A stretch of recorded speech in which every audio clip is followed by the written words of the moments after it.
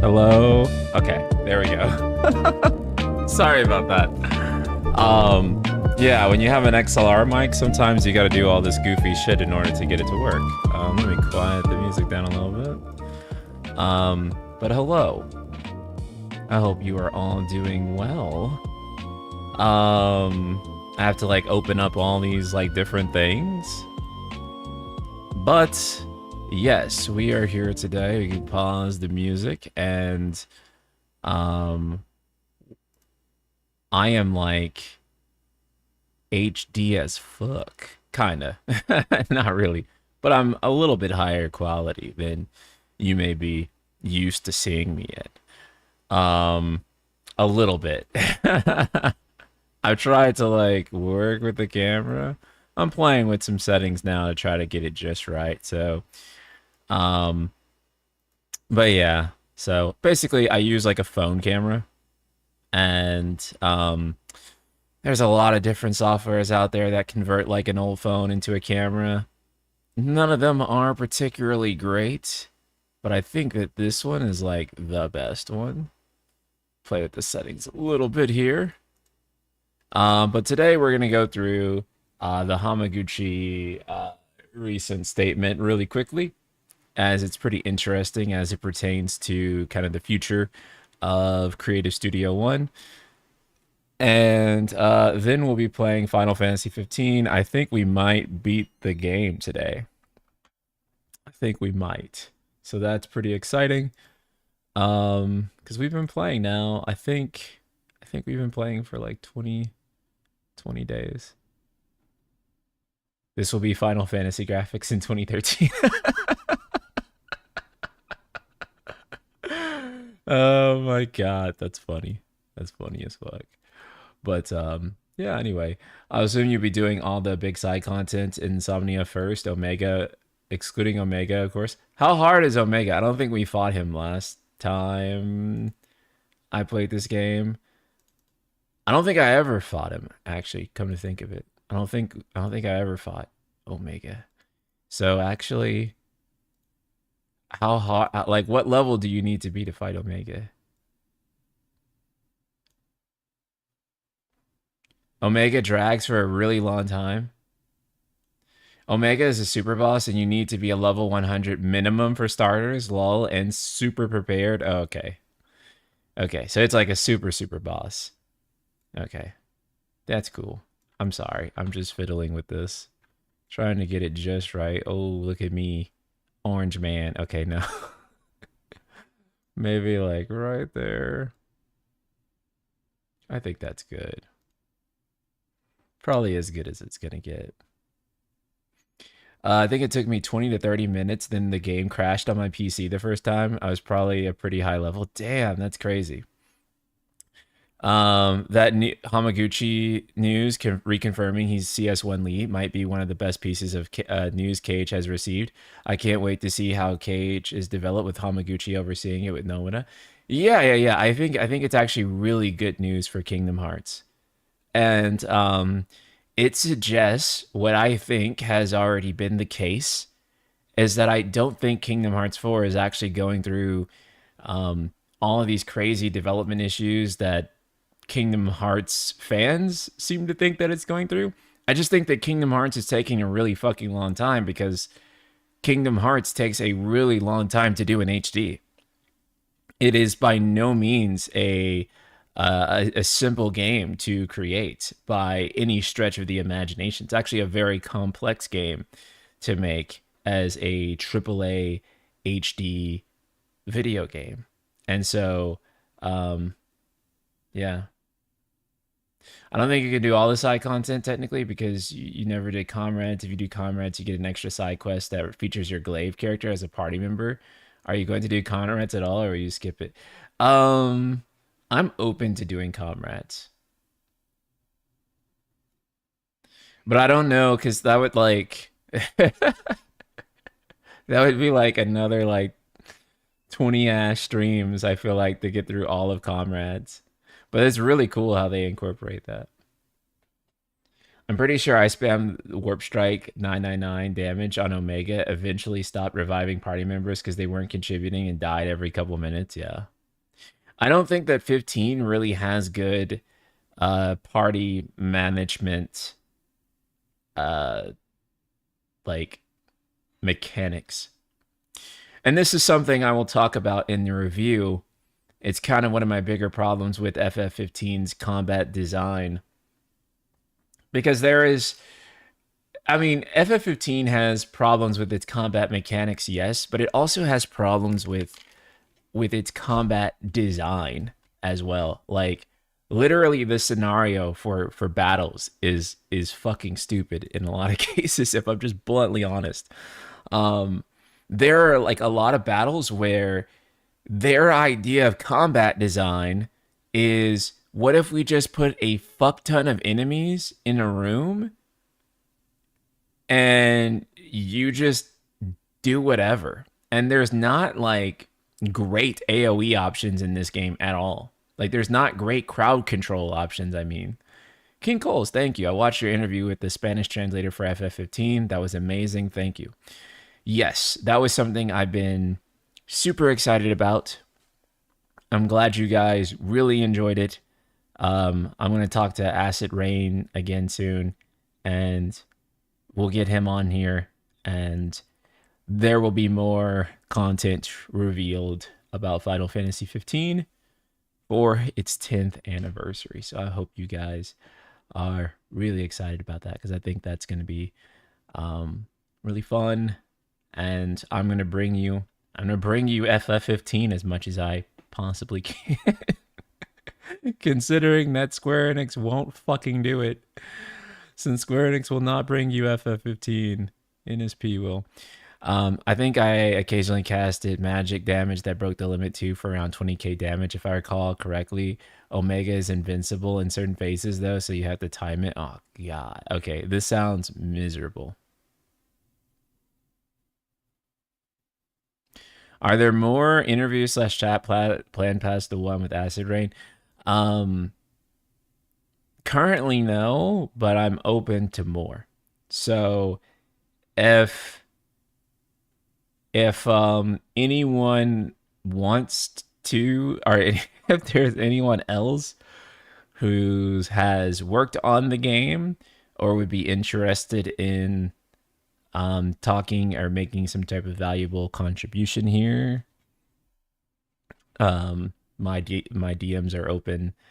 I've also thought about getting some content creators on. I think we would actually do this later in the year though, like actually on the anniversary, where I got some people like maybe Susie, maybe Daryl from FF Union, maybe Frustrated Jacob, some people like that whose lives and careers were really impacted by Final Fantasy 15. And yeah. I want to have like basically content creators who had FF15 as their big inflection points. That's what I'm wanting to do.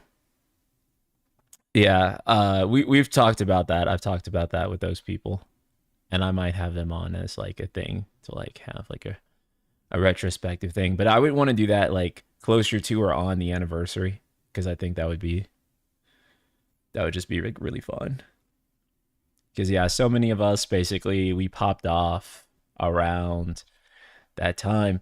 You know, honestly too, I think that like this kind of like goes back to the idea that 7R1 was the last FF game to like really pop off in that big way. Bear boy, what's up, my guy? Um, because you know, 7R1 was like the last FF game that I saw like really creating channels. You know what I'm saying? Like and maybe I'm wrong, but thinking back, I don't think 16 like really spawned any new major FF creators in the way that I saw like 15 and then 7R1 do. Again, maybe I'm wrong. I don't know. But like looking back, I think that like 15 and 7R1 like That like made a ton of channels, yeah, like super made channels. Um, and now it's like, dang, I was like 16 probably. I don't know. Like again, maybe I'm like I might be bullshitting, but like 16 didn't make creators at all for it. Any content immediately died once the game was out. Yeah, yeah. I can speak for me personally. That was like one of the roughest in terms of viewership. 15 and 7R1 though were the fucking my god. Back then you could like just like the most benign news update would be like 70K views. It's crazy. Yeah. But I think that like 15 and 7R1 though left people with like a lot to talk about. I can't say that Rebirth um didn't like make the viewership happen though because Rebirth actually spawned my maybe most successful video ever, which is so weird. But yeah, like one of my most successful videos ever, depending on like which metric you look at, um, it is my most successful video ever. Yeah, my most successful video ever was Rebirth ending explain in terms of like ad revenue and watch time. That's like my it's not my most viewed video ever, but it is close. It's pretty fucking close. Let me see. Actually, how many views is that shit at?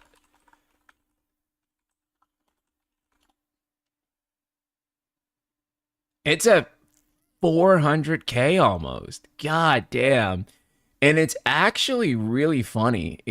How to Mountaineer is my most successful ever. But the thing is that that video, it made money because of how many crazy fucking views it got. But the actual viewership per thousand views sucked. And there's just like a yeah, okay. So why is it that the Rebirth explained video made more money despite modding near having twice the views? This is a very fascinating YouTube topic. For starters, the modding near video is 7 minutes, and the Rebirth ending explained video is 25 watch time.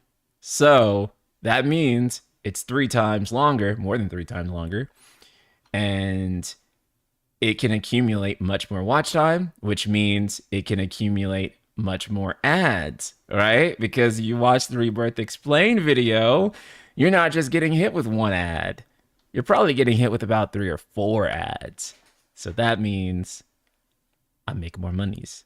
The second thing is that Rebirth is considered more advertiser friendly than Nier is.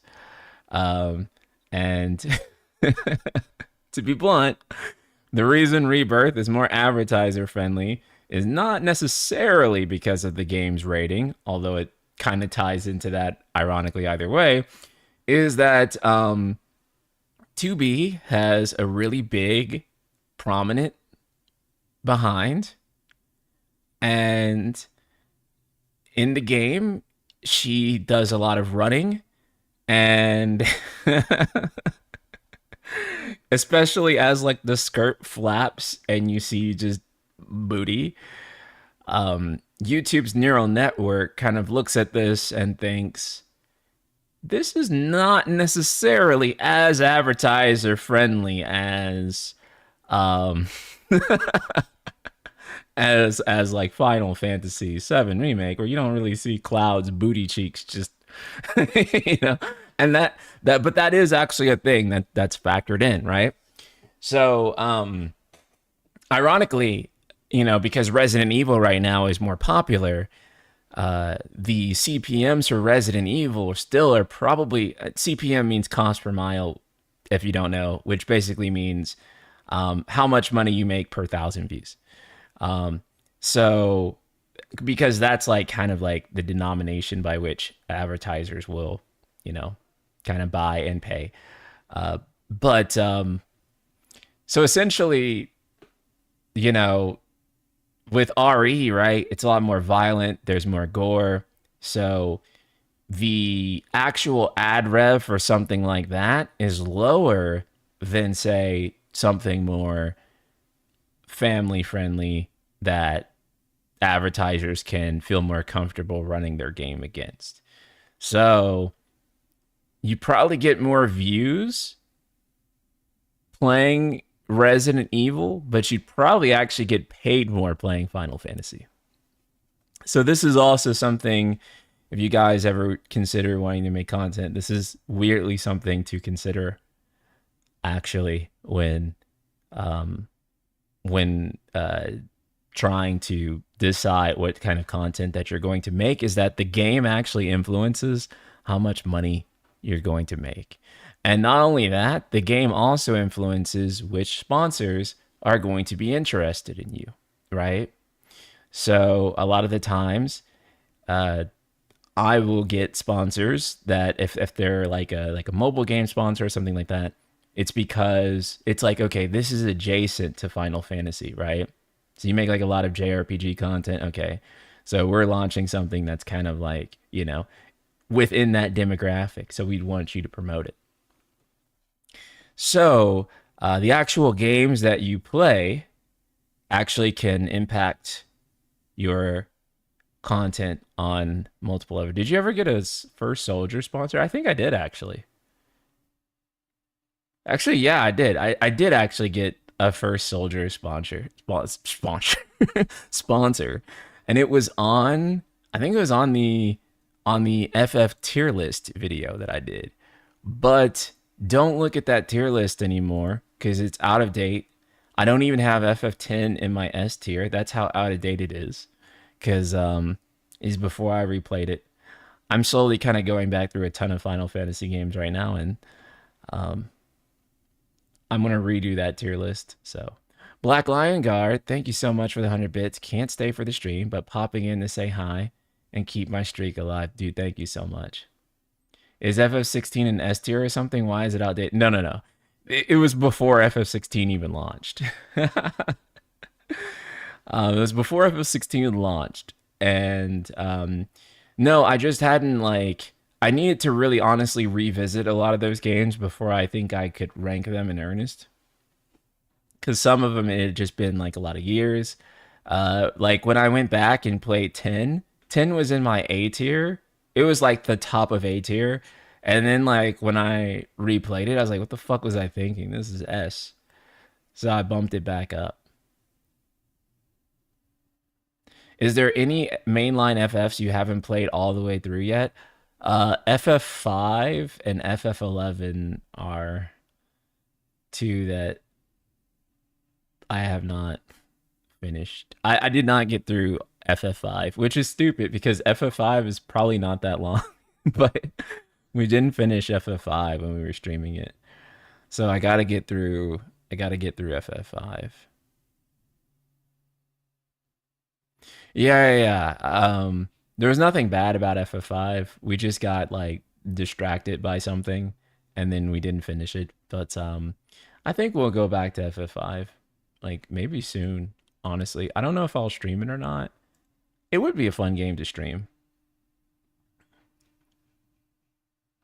I wish we could they named FF11 and 14 online 1 and 2 so we can keep the mainline numbers separate. It is hard to compare, right? Like it is hard to like group them in together because they have such profoundly different circumstances.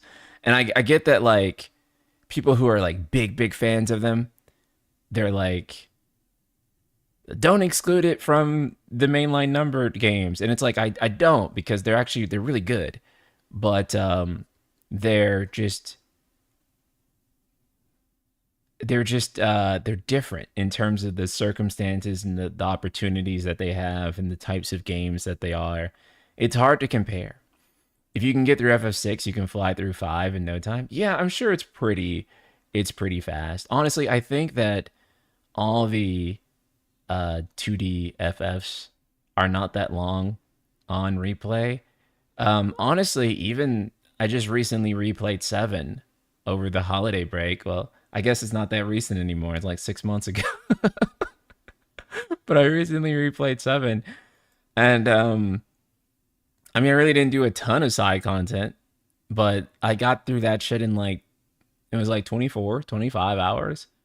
And I was like, dang, FF7 is really not that long of a game when you go back to it. Because Remake is like 35 hours doing like all the side content, and probably like 30 ish if you skip all of it, 28 to 30. So I'm just thinking, like, dang, part one of Remake is longer than the entire OG. That's actually fucking insane when you really think about it. You gonna finish Sky 1? I have to before Sky 2 comes out.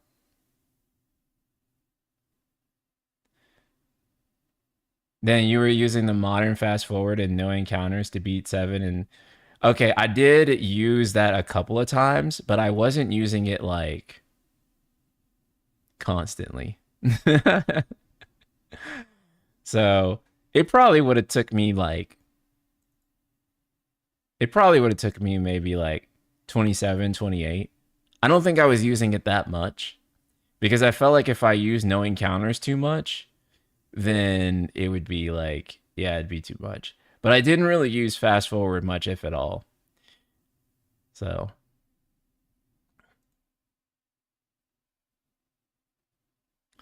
um, maybe I did. I don't remember.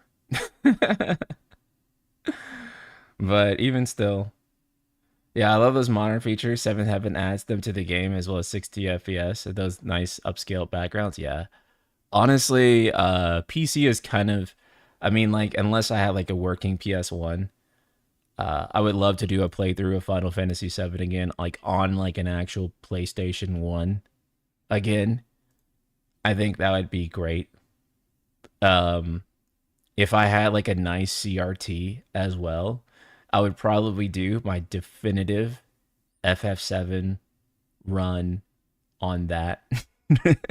Like an ultra definitive, like we're doing everything, we're getting Knights of the Round, we're like maxing everything out.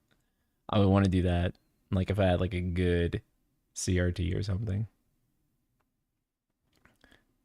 Facebook Marketplace got you. So true. That, or if I got like a capture card and like a really good CRT filter. Have you checked out the Shinra Archaeology retranslation? I need to because I'm good friends with those guys, and I haven't actually played through their translation, so I feel like a shit friend. But yeah, I need to play through with their translation. I hear it's really fucking good. All the work they do is really phenomenal. Um, yeah, it's incredible.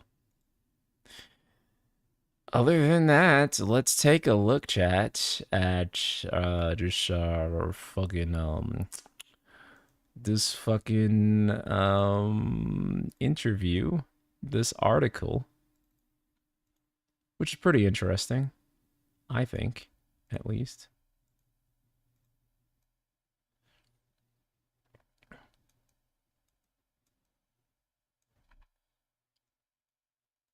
You can stream FF7 on a PS1 from my from my house in SP.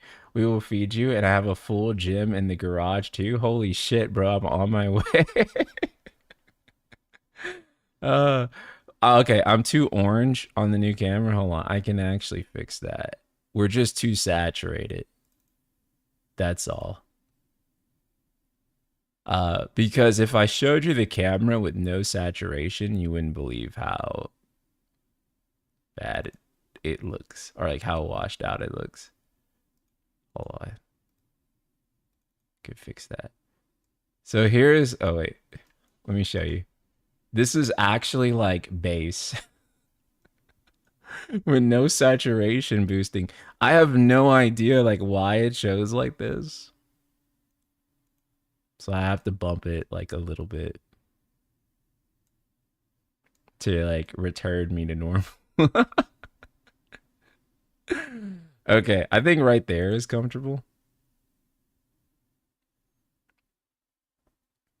I also, it doesn't help too that like skin tone wise, I'm like I'm like 5 different fucking skin tones as well, right? Like I don't know if you can really see on this camera, but like both, I have like a natural like farmer stand. So like on this side, I'm like really, really more yellow, and then on this side, I'm more brown, and then my chest, my chest is pale, and that's a different color from my neck, which is a different color from my face.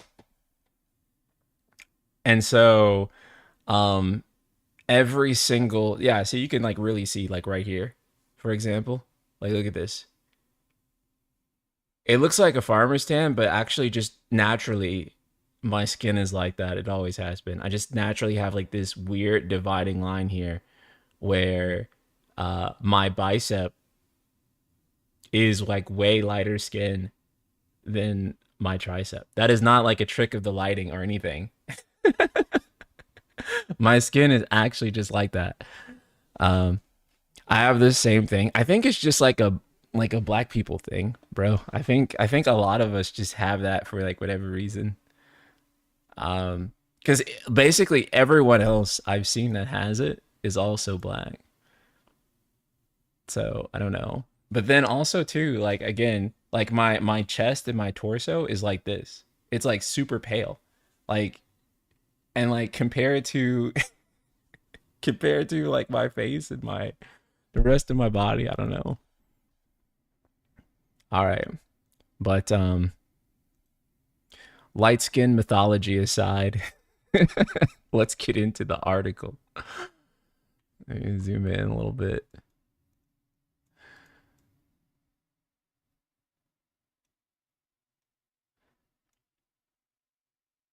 This VOD is gonna be demonetized at this rate with all that skin. Yeah,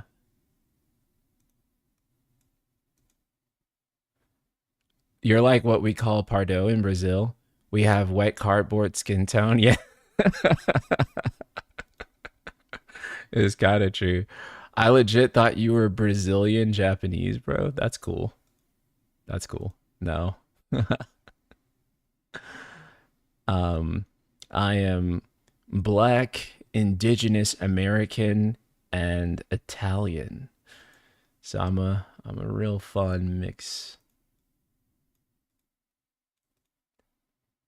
Okay. I think okay.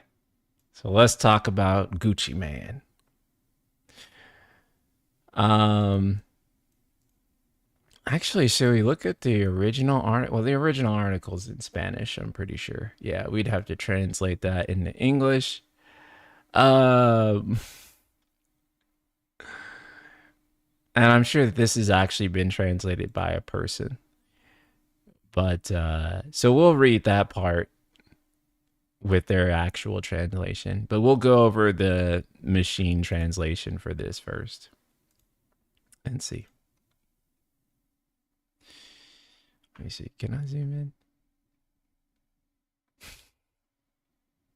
in? Let's start with this question. Like, this is a question that has just really made a lot of people online talk. So Hamaguchi recently did an interview with Nintendoros, I believe it's pronounced. And in that interview, he was asked, quote, the concept of defying fate introduced in Final Fantasy VII Remake plays an important role. Would you say there are limits to how much the story can deviate from the original? Hamaguchi said, since we're telling this story as a trilogy, it's essential to keep players engaged until the very end. For that reason, we structured the narrative so that the central question, whether the protagonist's fates will truly change, remains unresolved until the finale. However, this doesn't mean that everything can change. From the beginning, we decided that we couldn't compromise the emotional core of the characters, the reason Final Fantasy VII has been loved for so many years, or the fundamental themes the story presents to players. There are elements we've changed to create that pulse pounding sense. There are elements that we've changed to create that pulse pounding sense of unpredictability and elements that allow those familiar with the original to feel this is truly FF7. If we lean too heavily toward either of these aspects, the game simply wouldn't work. Final Fantasy VII Rebirth isn't a game that blurs that line. It's a game that deliberately chooses to make change and preservation coexist. While introducing changes to shake up expectations, we protect the core that must remain until the very end. We believe this balance is the most important aspect of the trilogy. So, this is kind of a nothing burger statement. like and it caused so much discourse, but for me personally, I found this statement to honestly be hilarious because basically it was saying in the first paragraph, hey, things may change. And then in the second statement, it's like, things will not change. This is a remake. And then in the third paragraph, he's like, things will change and stay the same.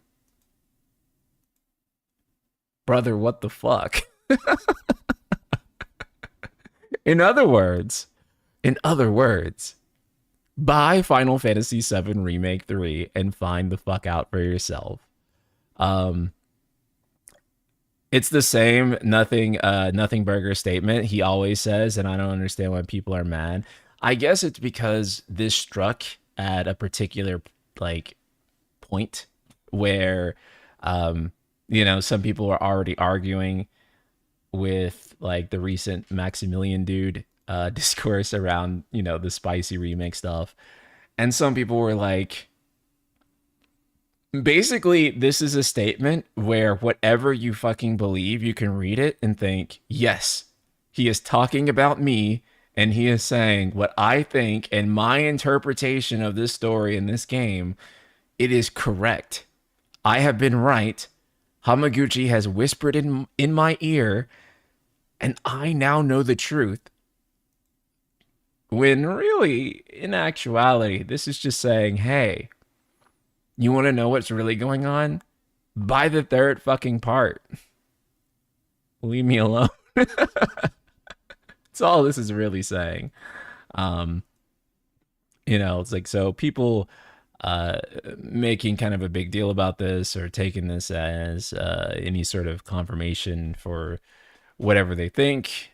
I don't really see it. I just see, I see a producer being a producer, and this is what producers do. He's not going to give away the secrets because that would ruin the fun. I think that part of the fun of FF7R's story is trying to figure out what's going on and why are they doing this. And so, and he knows that. He knows that. And he wants to leverage it. He wants to leverage the fun part of the story. Um, you know, the story was intentionally designed so that you would have these discussions with your friends. Um, I don't think that internet discourse has made that fun in practice in most situations. However, I do think that in small scale discussions, it is actually fun to discuss 7R story and where people think it's going. And literally every single person is convinced of their very unique take about what's happening. And everyone thinks that they are uniquely right.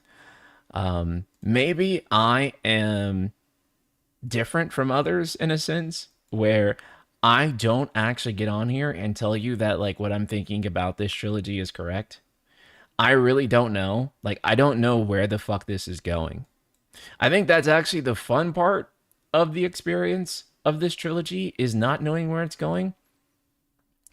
One thing I can guarantee you though about 7R is that the people who will be most disappointed by the end of this are the people who are convinced that they know where it's going. I think that those are the only people who are going to be disappointed. If you're just on for the ride and you're really taking this as its own story, as its own thing, then you'll enjoy it, and you won't enjoy it otherwise. I think you'll probably be disappointed in some way.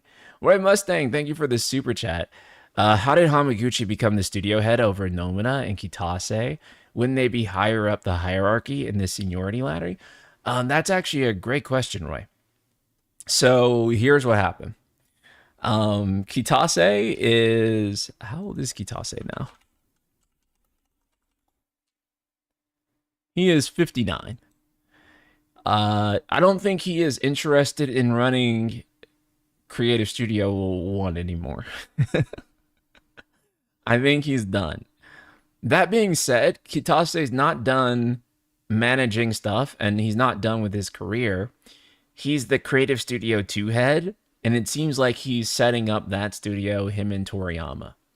So I think they are still, managing CS2, but Kitase has already talked about retirement. So I don't think Kitase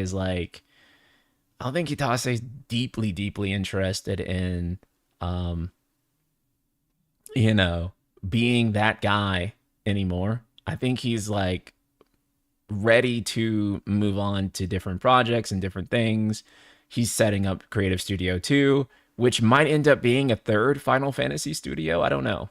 Or it might end up being like um, a different studio for brand new Squaresoft like IP, if that makes sense. Nomura would not want to be the head of any studio. That's just not his thing.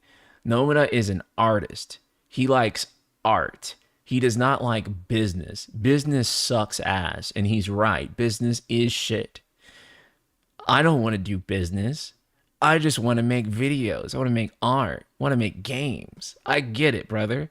Um, I want someone else to do the business thing while I just do the creative work. I'm completely there with him. So, I don't think Nomada has ever, like, again, it's hard to say just from, observation. I've never had a conversation with the guy. I fucking will, though. Bet you I fucking will. Eventually, it's gonna happen. But I've never had like a conversation with him, so I can't really tell you how I think how he personally feels about that. But based on the vibe I get for him, he seems to be a lot more concerned about the art. He doesn't give a fuck about like the business side of things is an unfortunate thing that he has to deal with so he can go and make his art, you know? And that's also why too when people kind of come after him for like business side decisions, I'm like, bro, he's like the only person of all the iconic square faces that you know of that like actually work on the games. He's like the only one that's not a fucking exec. He has no like authority in the sense of um like a producer or someone on the board. That's Kitase and like Yoshi P. Nomura is like literally just um a creative.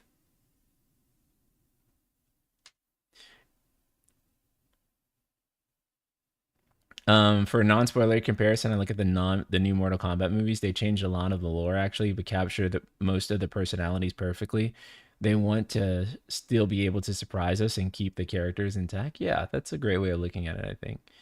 It allows him to do more than just work on projects at Square Enix. He said he's a freelance on Square Enix salary. Okay, that explains why he doesn't have to worry about like a non-compete. He regularly gets fucked over by corporate because he has no sway there. Yeah, yeah.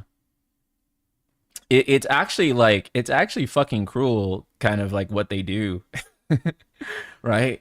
Because corporate likes Nomura because they love to be able to slap his name on things, right? Because he has a very dedicated fan base, and so he can um he can basically kind of they can use his name to leverage it in any way that they want to.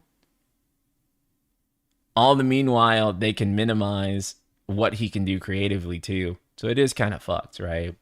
Um, Yoshi P is interesting though in the fact that Yoshi P is he gets to be on the creative side and he gets to be a board exec, right? So for Yoshi P, he can kind of do whatever the fuck he wants to do. He's not really limited in any sense because he doesn't. I mean, he is, part of the board. So at the very least, he will always have the support of one board member, no matter what he does, right? Um, and he's able to sway the board as someone who's part of it, right? So he can kind of navigate things a lot better just because of his position than someone like Nomura probably can. Roy, thank you for another super chat. How many studios at Square Enix and what games have Studio 2 made? Um, I actually don't even know actually how many creative studios there currently are. I know there's at least five.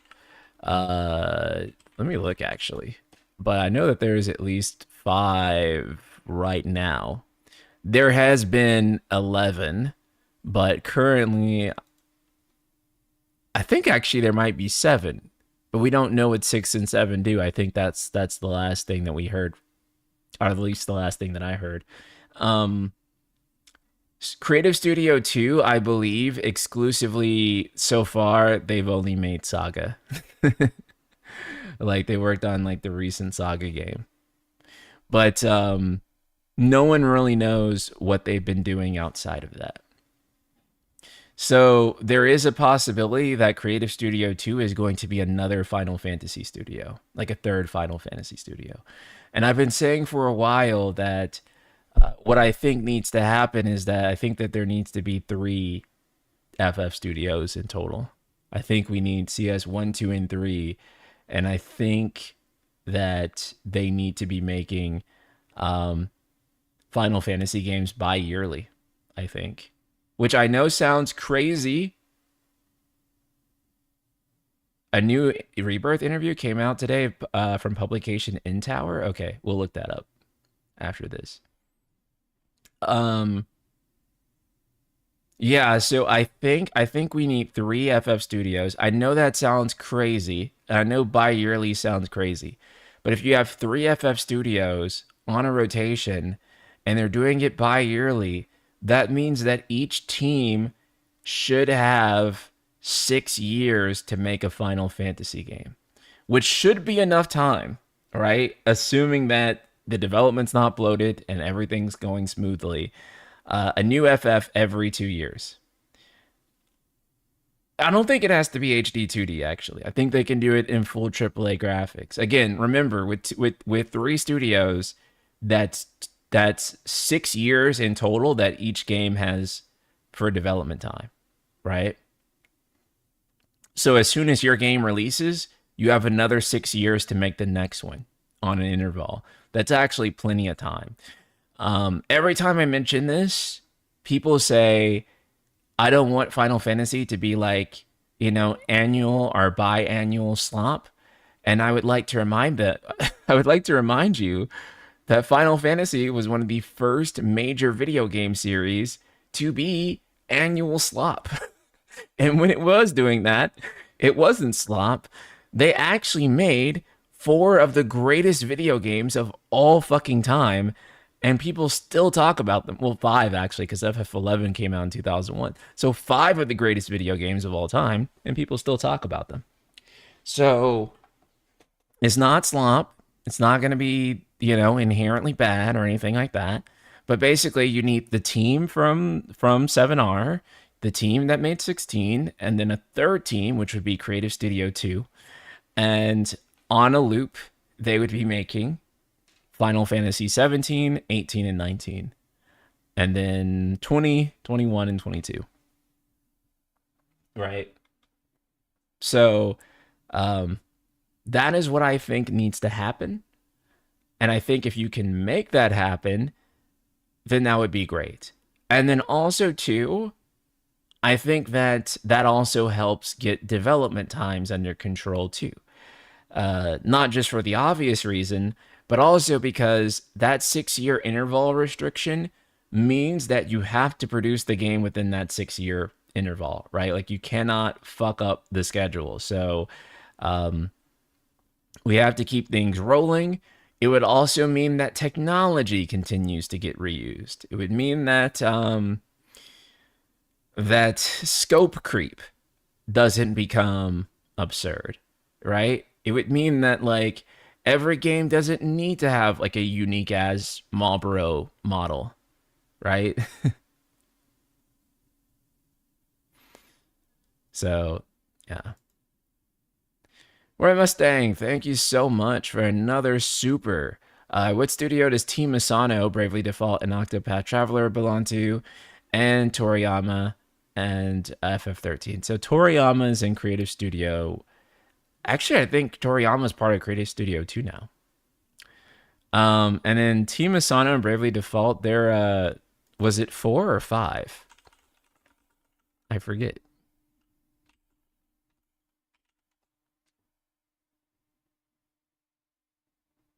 Because they were a creative business unit too, but then after the restructure again, they're not business unit 2 because they changed it from business unit to creative studio. Yeah, so it's creative studio 5. Okay, yeah. I'm going to crash out if they restructure again, bro. They cannot do this shit again. I literally cannot keep up anymore. Because the only two that ever stayed the same are Studio 1 and 3.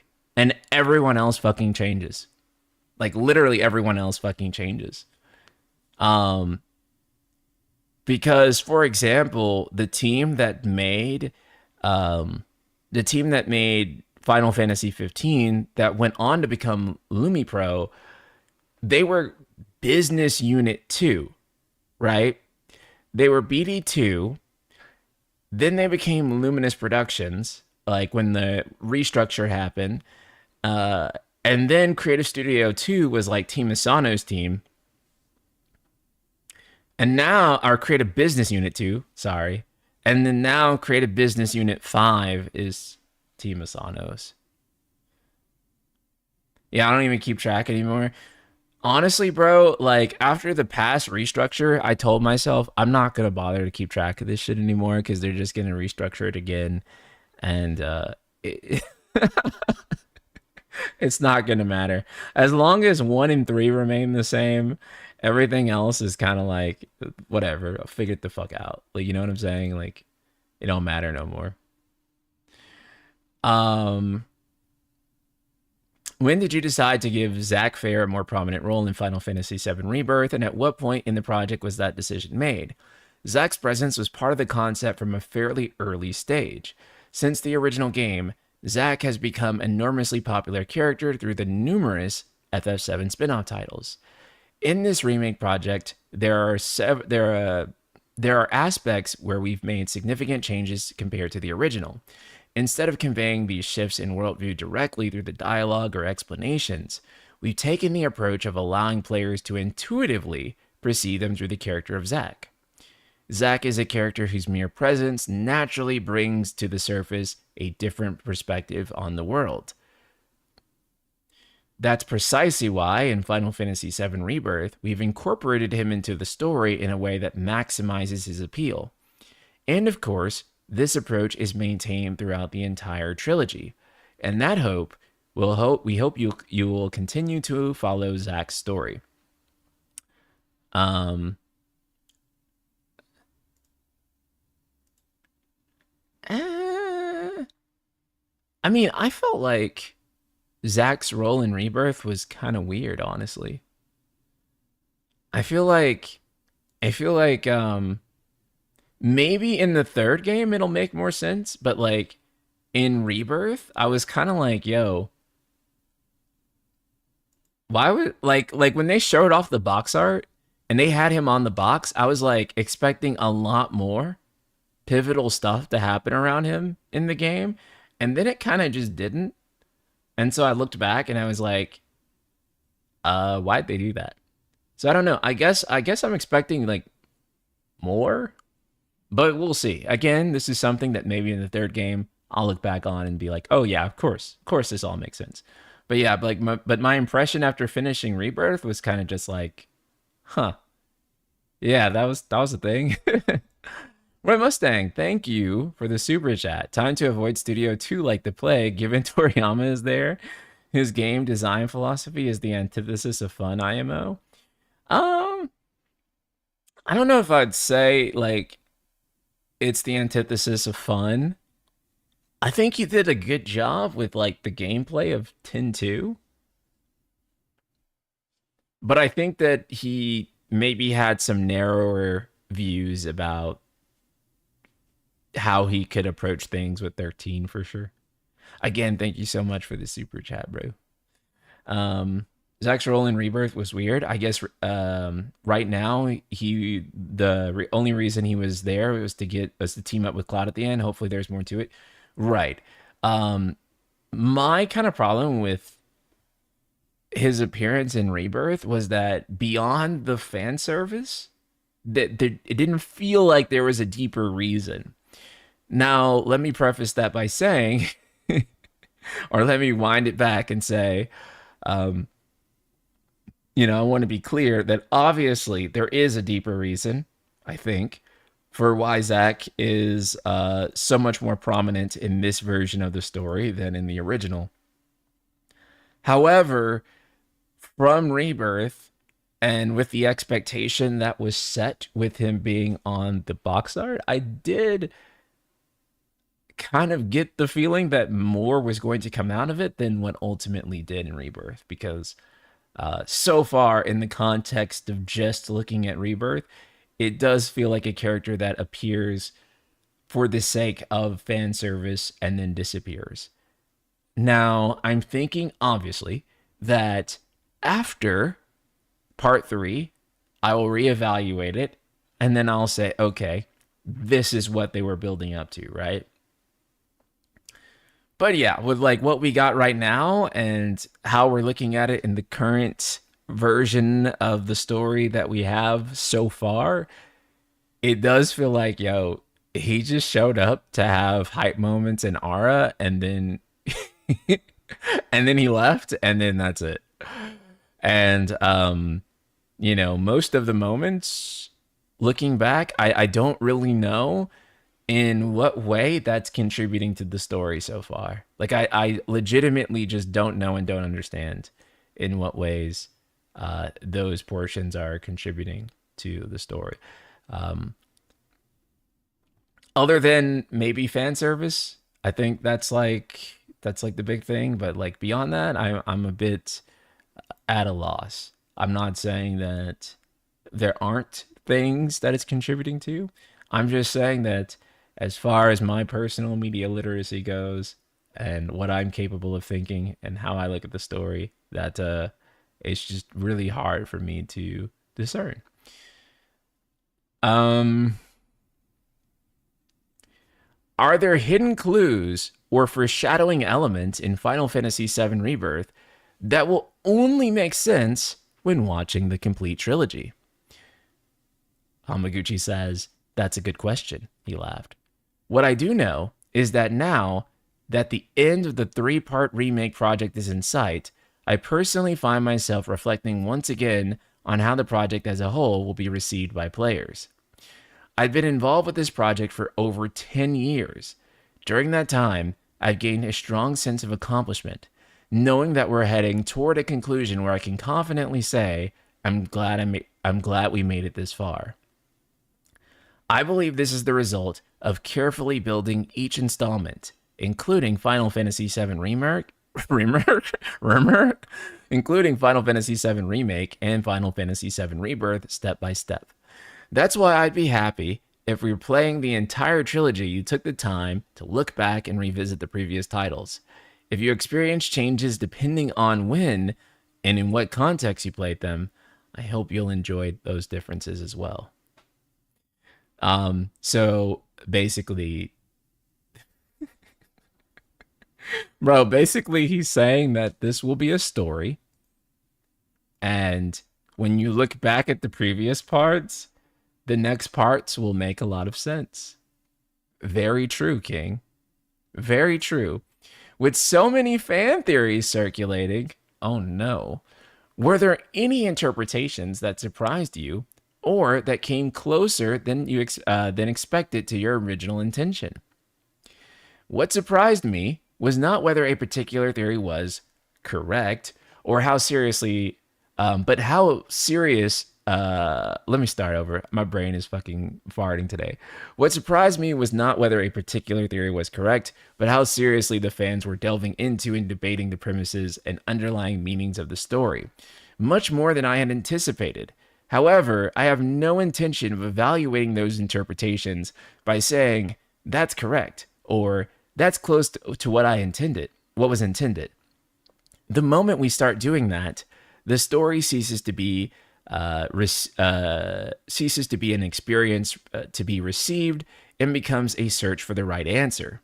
In this remake project, while we clearly presented the information that needed to be conveyed through a modern narrative, we deliberately left room for the player to connect the dots and continue thinking for themselves. The decision to present this trilogy, with each installment released separately, is based on the idea that the story isn't meant to be concluded in a single experience, but rather for players to engage with, including in the time leading up to the release of the next installment. The fact that this has generated so much discussion among fans, to me, is a clear sign that the design is working as we intended. So Hamaguchi says, I enjoy you guys fighting each other. It makes me so happy when I see the ratios on Twitter and people are upset and people are like killing each other. I think that is great. Not my take. That's Hamaguchi. That's what he said. He said, keep beating each other up, keep being a dick, never stop. Never stop the discourse machine. We need it. It promotes part 3.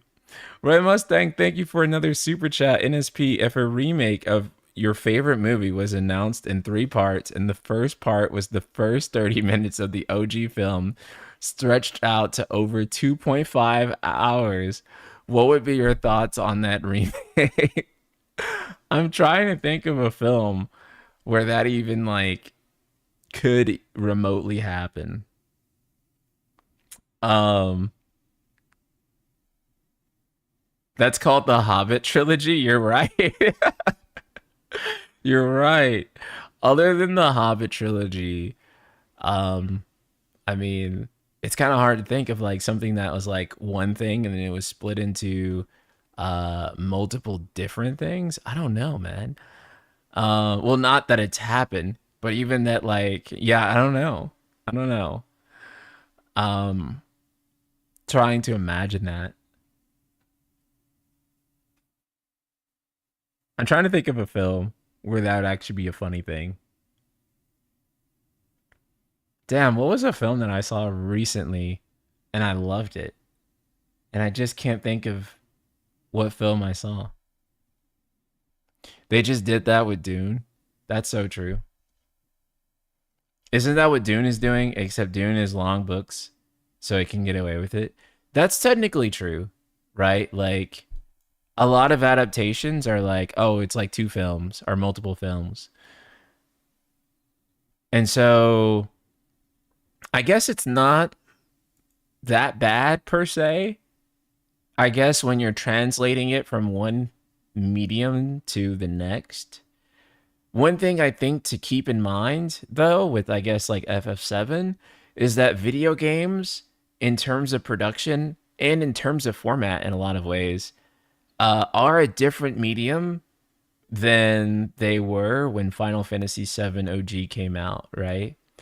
Like when FF7 OG came out, um, most of FF7 OG, the way it plays out is still through like text boxes, right? While it has CG animation, still, again, most of the story plays out through text boxes and through exaggerated animations. Whereas nowadays, the expectation for a narrative driven video game is to essentially be a CG animated film, right? That's what like most of these games are. And so, yeah, so basically, it's really more like adapting FF7 into a CG animated playable film, and that's why it comes across like that. Is like you can really think of it as uh, a book to movie adaptation, even though they're both visual mediums. Adapting a PS1 game to PS5 quality visuals and expectations is basically an entirely different sub medium of uh of entertainment, really. I know that sounds weird because they're both video games, but on the production side, it's actually fundamentally different in a lot of ways, which is something that people don't understand, really. Do you anticipate the adaptation of Advent Children? I think Advent Children would be a very sick DLC for part 3. I think everyone has always wanted to play Advent Children. So if there was ever a way to turn Advent Children into playable content, then I think that'd be cool. Although in some ways, I look at this remake trilogy and I already feel like they've turned Advent Children into playable content. I mean, just look at the final fight of remake, right? What level of detail do you plan? Director, we're not touching that one. We're not touching. I think we can skip ahead to this because I don't think that. Yeah, and that's basically a translation. Okay, cool. So let's touch on this, and then let's play Final Fantasy 15. Because I think this is pretty interesting. So Hamaguchi says, now that the trilogy is nearing its conclusion, do you already have an idea of what kind of game you'd like to create next? Would you prefer to continue with Final Fantasy or explore something completely new? Very interesting question. Gucci Man says, quote, we are constantly updating our vision on what kind of experience we can offer next. As the Final Fantasy VII Remake project nears completion, I want to meet the expectation of fans who desire even more depth in this world and its characters. At the same time, I am very aware of the need to know how we can expand the potential of the Final Fantasy franchise as a whole for the next generation. On the other hand, as a creator of these works, if there is a demand for new, unique experiences that differ from what we have done so far, I am eager to face those challenges. While I may not be able to do everything at once, I'm not only a game director, but also head of one of the studios within Square. Looking ahead, the number of projects I oversee as head of the studio will likely increase. Regardless of the form they take, I will continue to deliver engaging experiences to the game fans who have high expectations of me, Naoki Hamaguchi, and the work of my studio. That commitment will not change. So again, confirmation that Naoki Hamaguchi is the lead of Creative Studio One, which is awesome to see. I think that seeing him rise through the ranks has been great over the years. He is currently my pick from everyone that we currently know of within Square to be the guy working on Final Fantasy XVII. And furthermore, I do believe that him talking about how he has a number of projects that he's going to be overseeing, I do believe that FF17 is one such project. So, Roy Mustang, thank you for another super chat. Sky One OG also presented its story through text boxes. How come all of Sky One OG could be fit into a full 3D remake, but FF7 couldn't? Well, I mean, Sky Remake also presents most of its story through text boxes and like non-animated sequences too, right? So it's very possible for lot more possible for Sky to do that, because the Sky series is not really dependent on animated film like spectacle, if that makes sense. And that hasn't really changed much since. Outside of the introduction of voice acting and some basic cinematics, right? I'm willing to bet you that the first 3 hours of Final Fantasy VII Remake have a bigger budget for cinematics than like the entirety of Sky Remake. Right? Like most of that game is not, again, it's not like fully animated scenes. It's typically I don't want to say visual novel-esque, but like a lot of it is driven through, again, still text boxes. It's still driven from point the camera at this character, they talk, point the camera at that character, they talk. Now, I'm not saying that's bad, by the way. It's just, it's a very budget efficient way to do things. And it's how Falcom like generally survives, right? But like another thing that kind of point out too is that Sky 1 OG was not the most expensive video game ever made. Final Fantasy VII OG was the most expensive video game ever made when it released, right? And if you just think about that for a second, right? Scaling the most expensive video game ever made up 4 generations, then you have again probably the most expensive video game ever made, at least until GTA 6 comes out. So I mean, if you add the budgets for Remake, Rebirth, and whatever the third part will be, that would probably be like a $300 to $500 million video game, right? Like marketing budgets probably included in that, or maybe not. Just depends, right? But this is probably like a $300 million game, maybe more, if you consider all 3 parts to be part of one game. Which is crazy. But keep in mind that Final Fantasy VII OG was a $45 million PS1 game. And that's not including the marketing costs. That's just the development costs, right? So it's $45 million just to make it. And I don't think that factors in inflation.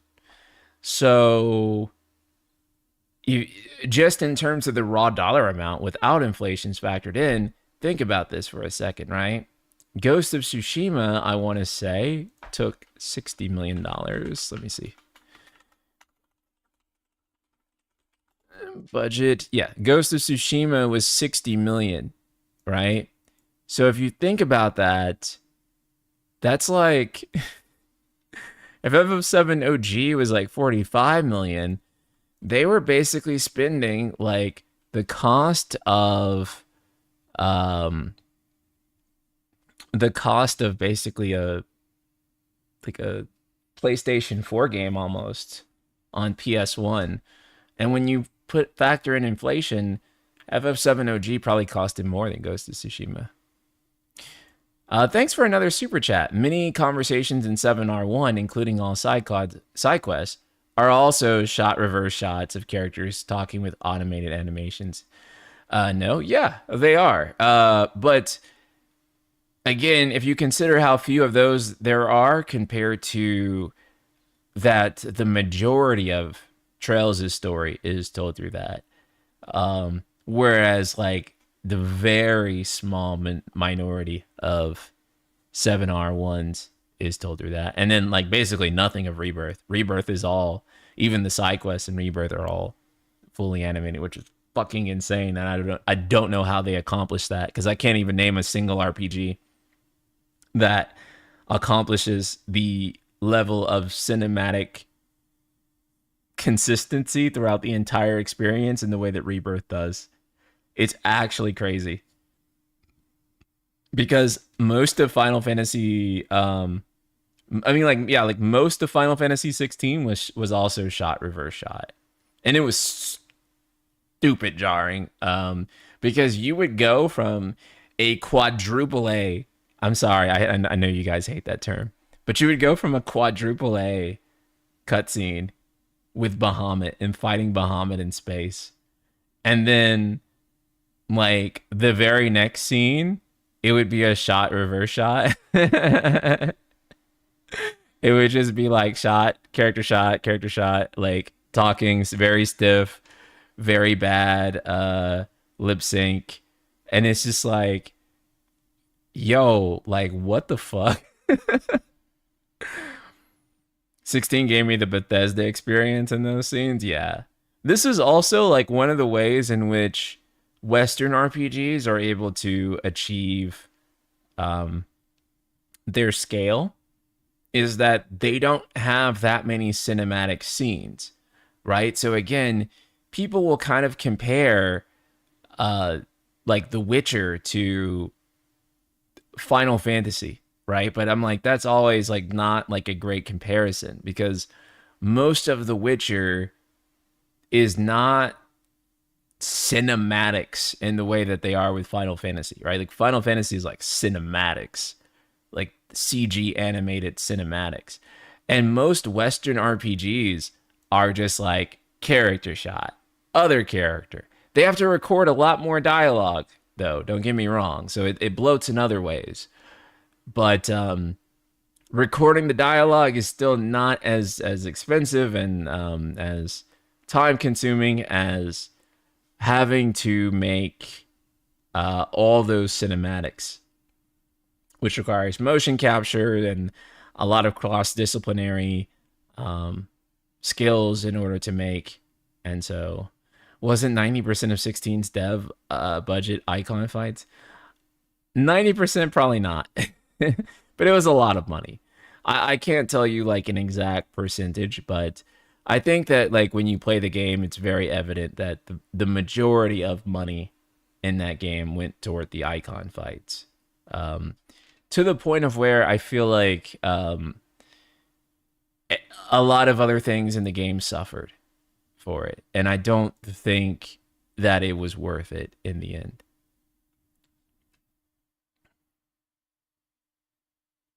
A lot of lightning returns with shot reverse, yeah. I'll tell you what game had no shot reverse in it. Final Fantasy fucking 13 1. That shit was a fucking animated film from the first frames to the last. But it also meant that creating content was next to impossible. And so everything was just straight up, like a CG film. That's really what 13.1 is from like beginning to end.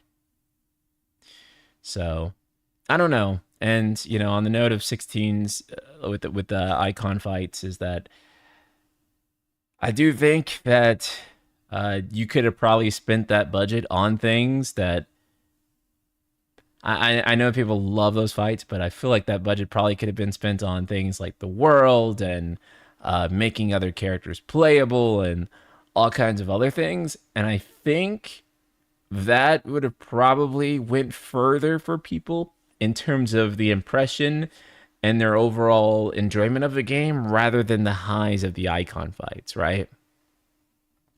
Because I feel like a lot of people liking that game or not liking that game becomes hyper dependent on how much do you mind the things in between the icon fights and the hype moments. Right?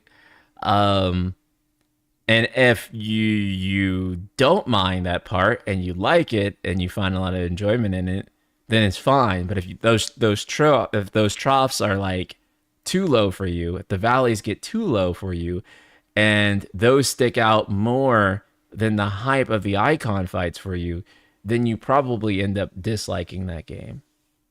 And I think that that's like a very tough thing to basically weigh your entire game on, right? Like the highs will make up for the lows.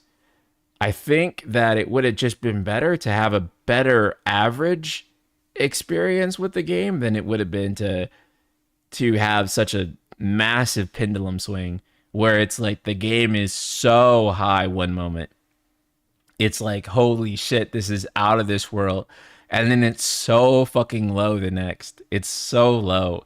It's very much talk to this guy, um, go click on these things, and then you work your way up and you build your way. And it just that's like a really rough um pacing, I think, for a lot of people. So I think the main problem was that 16 they didn't think those other things matter or were important at all. So they even downscaled the icon fights. Not much would have changed. Yeah. I mean, to be fair, I feel like until 7R, CS1 kind of shared the same. Well, not until 7R. Really, until like 13.2, CS1 also kind of shared the same philosophy, like when they were making 13, for example.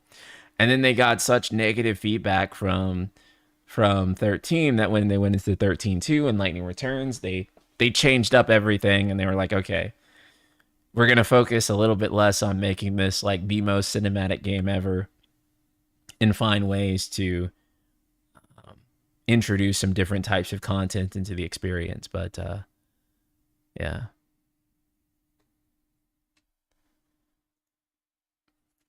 Roy Mustang, thanks for another super chat. NSP, which scene did you enjoy more? The fully animated scene of Aerith crying over the dead ghosts in the train graveyard, or the shot reverse shot of the Bloody Baron expressing his regret to Geralt?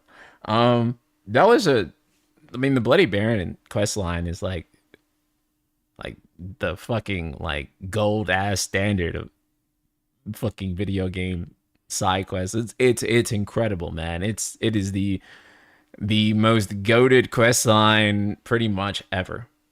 So, I mean, basically to answer your question, yeah, I'd probably go Bloody Baron, like if we're just being honest.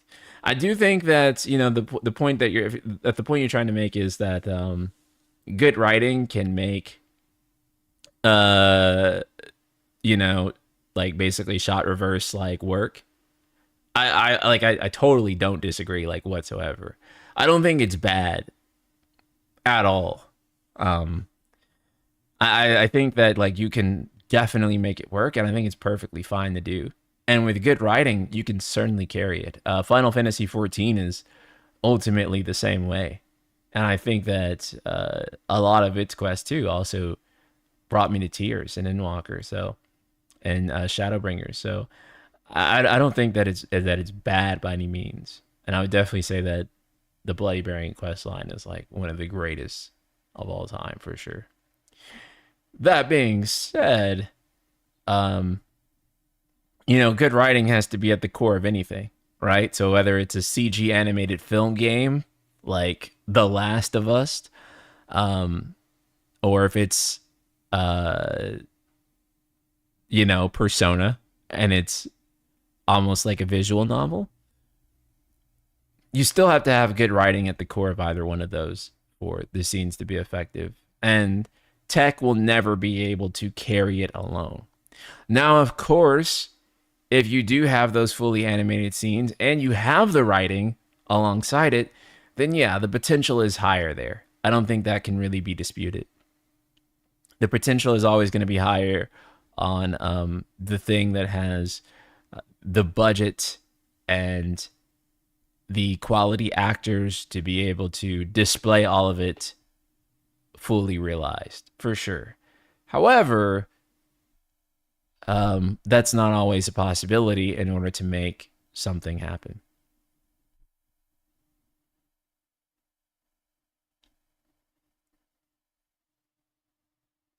Feels weird to say that about the era scene, considering they were like, "We got you, we're here," so there was no other way to read it. Yeah. Honestly, though, that scene didn't really stand out to me too much. I'm trying to think of like what's been like the most emotionally effective scene in the retrilogy so far. List some scenes out.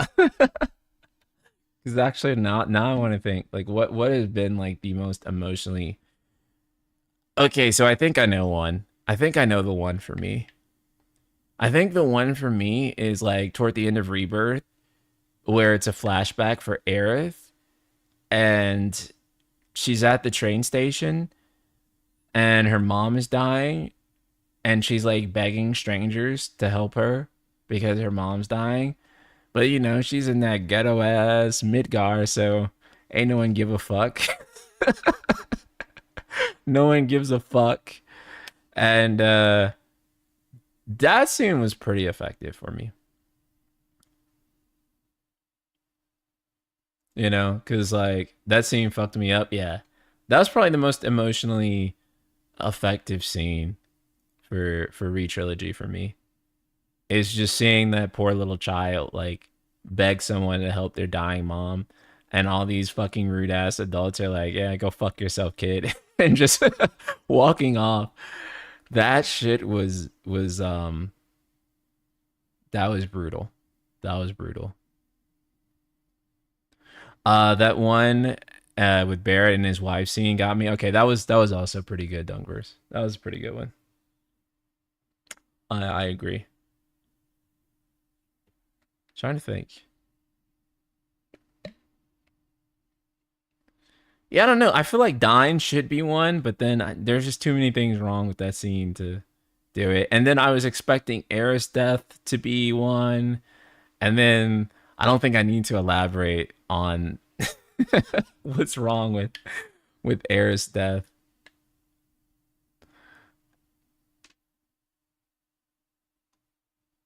I also feel that Yuffie climbing in the nightmare had me a bit. Yeah, that one was pretty sad too. My only feedback for them would have been they could have given young Aerith more lines to ask for help. I agree. For me, Sonon at the end of intermission got me more than any scene. This thing just hits me so hard at the perfect time every time I watch it. It was hard for me to like really get into Sonon's character because like the very second he was revealed, I was like, lol, they created a death guy. A guy whose sole purpose is to die for Yuffie's character development. And I'm like, dang. And that's exactly what he did. Part of me thinks he's not like dead though. I think he's gonna like weirdly come back in like part three as some type of like thing. Roy, thank you for another super chat. Let's go.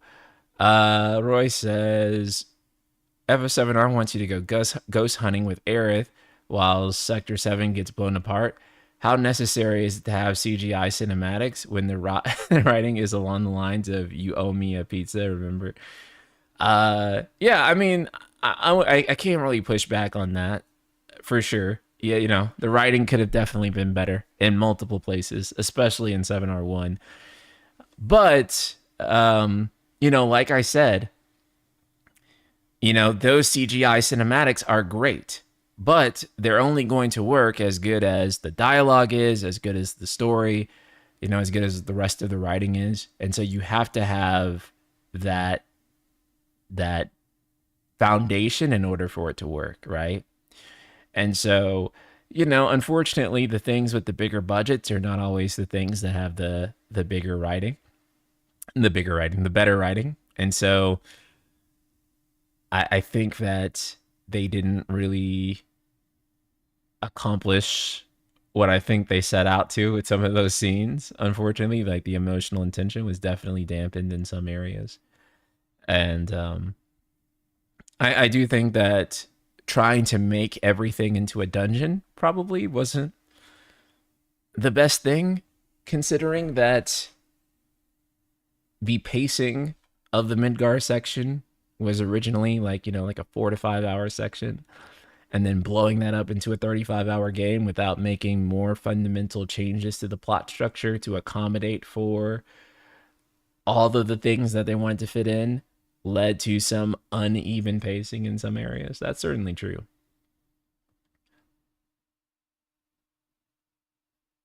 Like fighting Genova after Aerith died should have been a quieter experience. Yeah. It feels like a much more quiet experience in the OG by like, you know, several light years, if I'm being frank. Like in the OG, it's just like, her theme keeps playing while you're fighting Genova and everything like that. But like in Rebirth, it's like Aerith comes out of a fucking portal and then she's fighting with you even though she just died. And then Zack comes out of a portal and he was supposed to be dead like maybe like a fucking year ago or like however long. And I think it's a few months. I don't remember what the timeline is. It's like a few months at this point, and he's supposed to be dead. And then he's coming out of portals, and then you're fighting Sephiroth together, and and then the party is also fighting Sephiroth in like this multi-phase thing, and then yeah, it was way way a lot. And I know they wanted like a really big climactic ending to the game, but I do think that they just went way too overboard on spectacle and fan service. What they technically were able to accomplish there was so incredible, but my god, dude, was it just too much for what the story wanted it to be, or what the story needed it to be, sorry.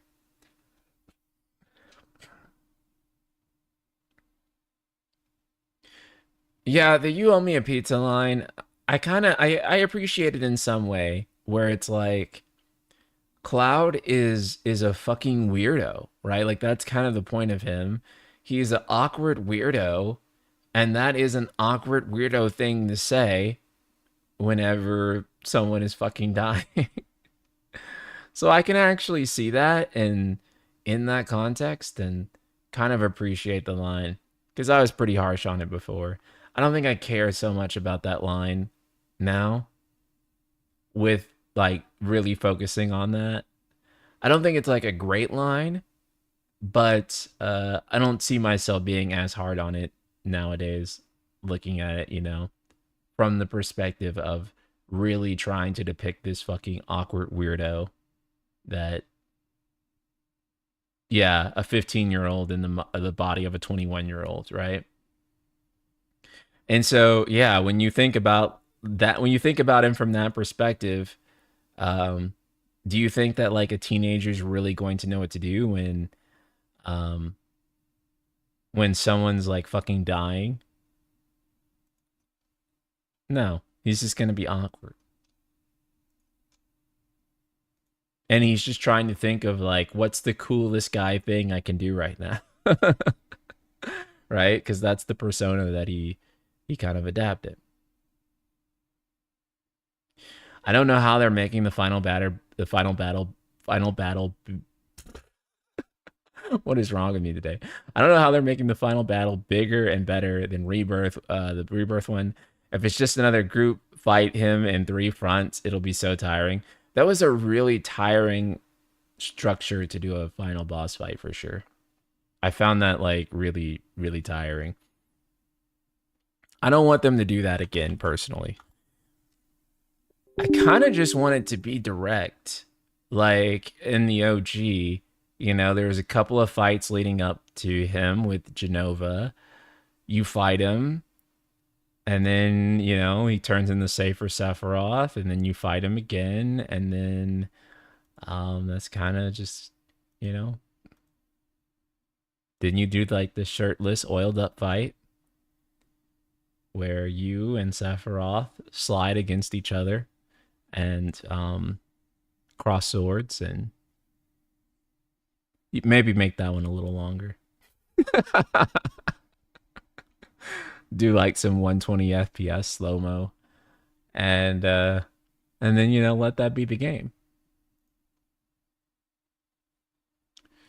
The finale didn't want to be the same as OG. I think we would have been told what happened to Aerith explicitly, so it not being quiet and emotional wasn't the intent this time around. Yeah, I suppose so. I suppose that like really the problem is just that like I guess some of us disagree with the intent itself, which is kind of a different discussion. I think a lot of people didn't want the intent. They wanted just what the original death scene was, and that is not what the developers wanted to depict. They believe they have something that can surpass that, and they are going to show us what that is in the next game. I don't know what that is.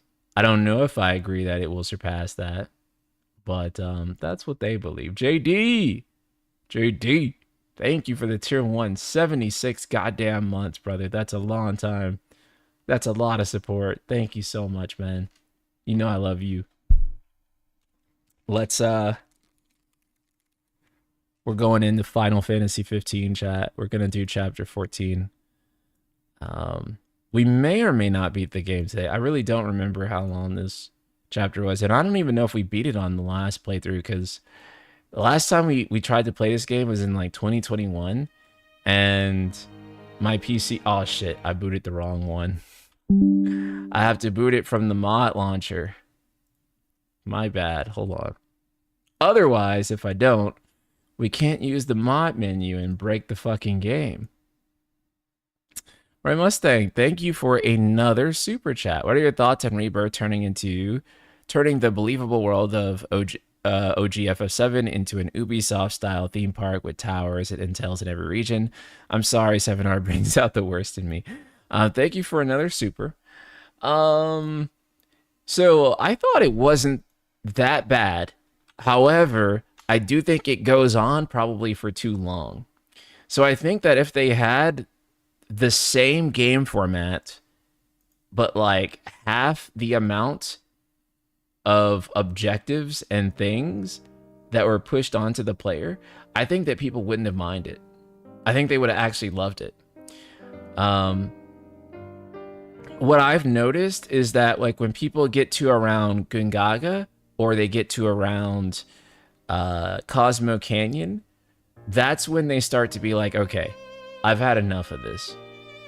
But whenever they're like first getting into the game and they're really enjoying it, I usually find that most people really are loving the open world stuff up to that point. And then that formula begins to like wear on them. And I don't think it's so much the formula itself as I think that it's just really hard to keep anyone thoroughly entertained with a 200-hour gameplay loop. 50% of players didn't finish Chapter 6 of Rebirth. It's a long-ass game, man. It's a long-ass game. This is also kind of the problem, too, with doing the multi-game solution, I think, is that you have to have people finish each game to play the next one. And with every game, people just drop off, so... I know with the final update, it got longer, so I'm not sure. 15 music makes me feel so much emotion. Yeah, I mean, it's the final dungeon is pretty lengthy now, so it is by no means short. They have expanded the shit out of it. And there's the Omega fight that we will not fucking do, but but it is there. Yep, Gungaga is exactly where I burned out. And it's a tougher sell considering we know the story already for the most part. Yeah, that's like another thing too, right? Is that when it's a longer version of a story that you already experienced, you do get like a little bit more worn on it than you would with like let's say if it was Final Fantasy 17 and you didn't know the story, right? I think that if it was FF17 and you were going through it with like a brand new sense of wonder and you had no idea what was around the next corner, then it would have been fine. It took me almost 100 hours to complete the open world in Rebirth. I felt heavily fatigued, especially after playing Remake right before. I could use a while before the third game comes out because of it, right? And then I think after this game, we might play Rebirth Heart Mode. So maybe I'll be burnt out going into part 3. I hope not. But we'll see.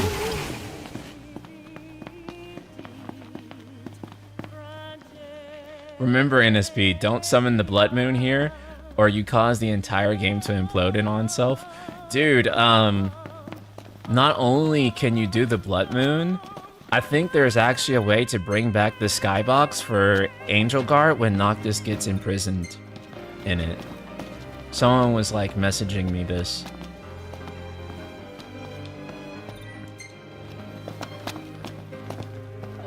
But the people who've been like reverse engineering the game all these years, they were really happy with I say we call it a night. the interview because it gave a lot of confirmations for things that they had kind of put together themselves and were like, we think this, that, and the other, but it's only a speculation for now. And then they ended up getting some confirmations. So that was actually really cool. Sounds like you need to explore the mod menu once you're back in the past. We do. We're gonna probably do like maybe a stream where we just fuck around with mod menu more before we close things out with this game. Monsters. I'm surprised we haven't seen any glaives around here. Why would we? Because they're doing reconnaissance, dealing with the demons as they go. Come on.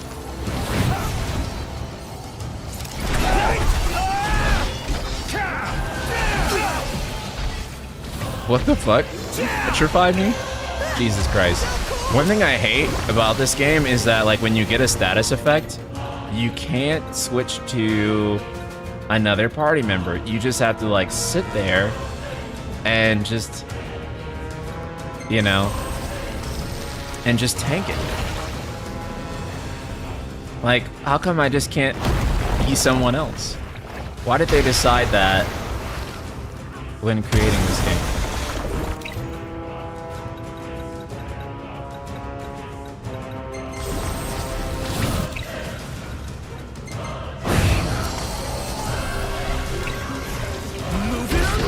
Stretch. Living night, Gladio. My bad.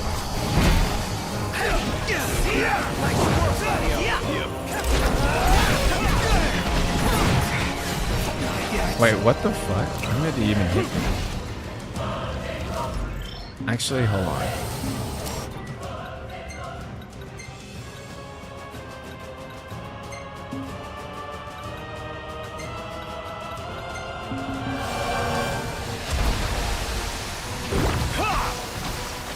What the fuck, bros?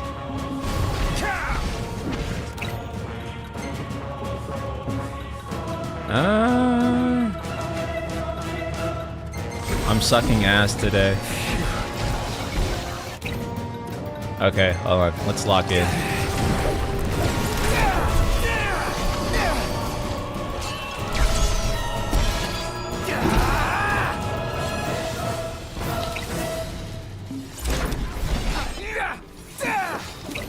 Prompto.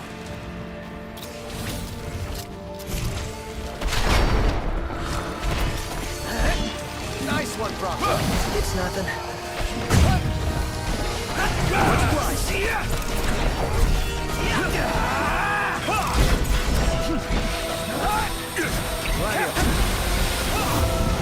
Sorry to break this up.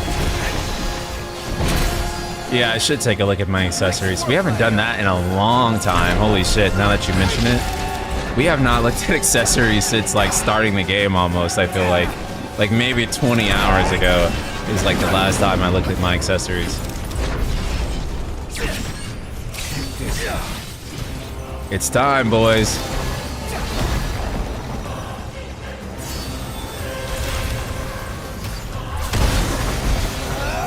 We're almost there. Keep it up.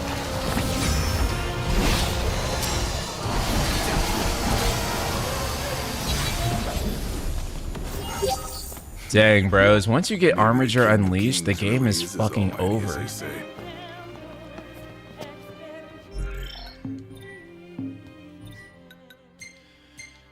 Okay. We're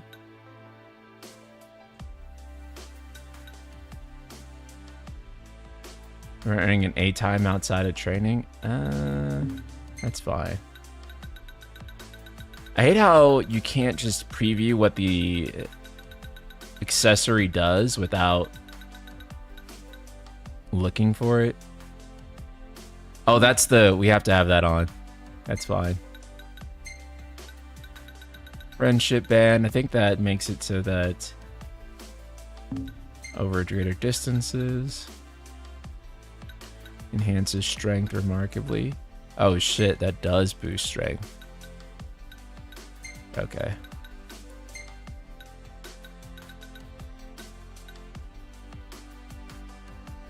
That buff HP an insane amount. Do we have anything? Let's just go through. One thing boosted to 4,000.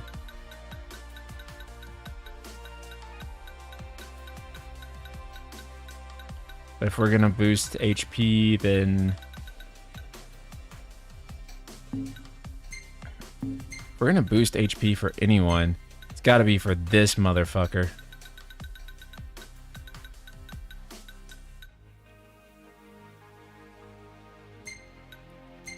It has to be. You die so easy. You're the squishiest motherfucker in this whole ass game.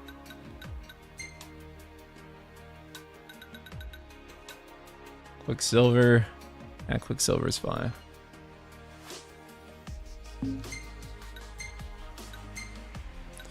We are definitely in a need of playable girls in the next Final Fantasy game for sure.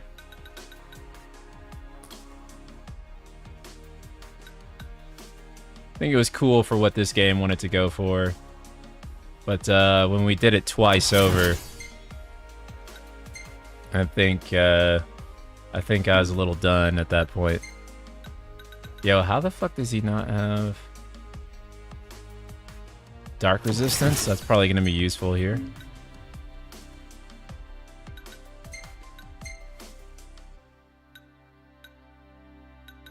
Oh, wait. Oh, wait. No, that's a DLC weapon. We'll skip that.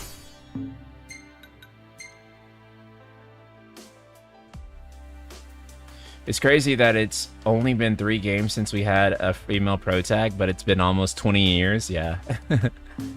I think that FF17 should do like a dual protagonist narrative. So I think that we should have like a main female character and a main male character, and they should both be the protagonist, which I kind of feel like low-key that's what FF10 was. So I think we need something like that again.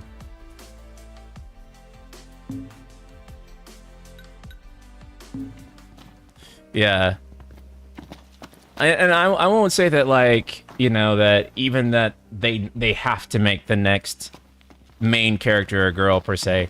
I just want a playable girl at least, you know?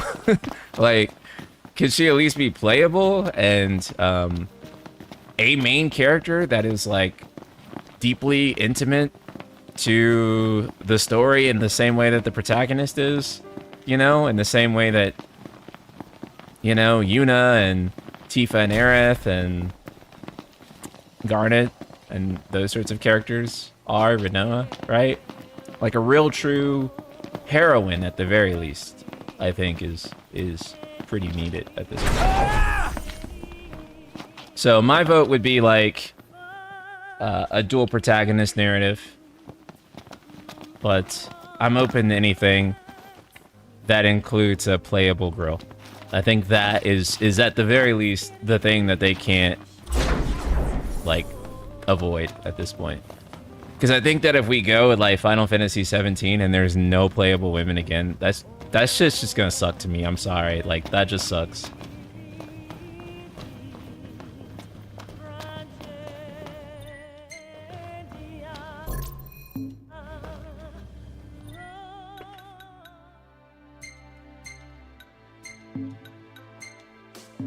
We really have not used Royal Arms this entire playthrough, but I never feel a need to use them.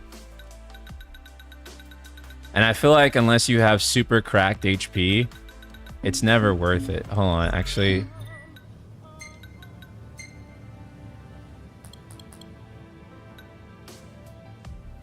Can we boost magic? No, but I think that's worth it. We'll do that. Elemancy. I didn't have enough AP for boosting magic potency.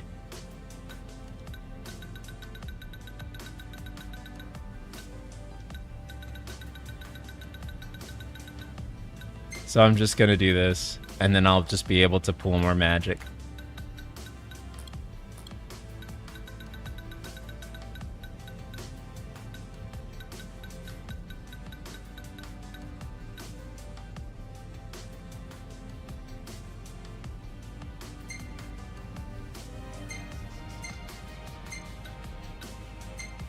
Yeah, that works. Oops.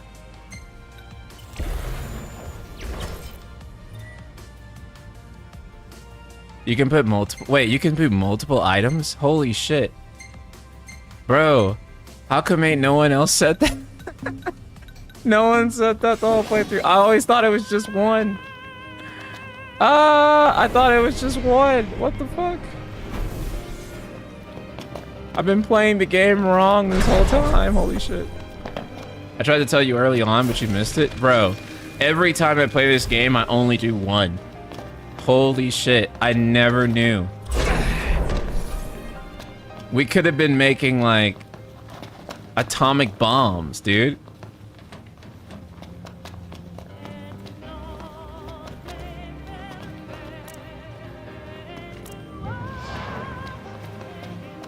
This is it. Give it your all, guys. Yeah. You got it. We have pressure. Not good.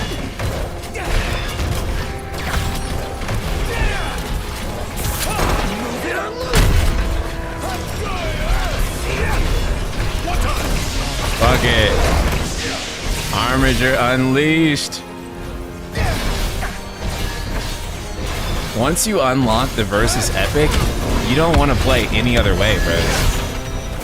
Unfortunately, you can't unlock a better camera in this game.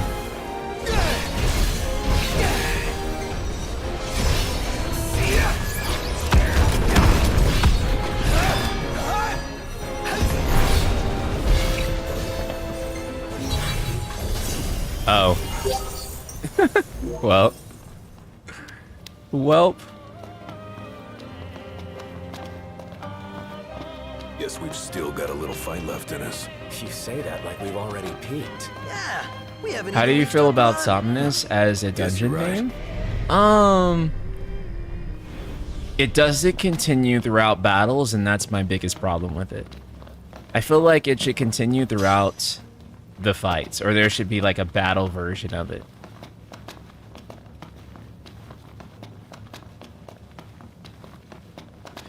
People underestimate the magic system in this game just because it has a bad reputation. No. Yeah, the magic system in this game is so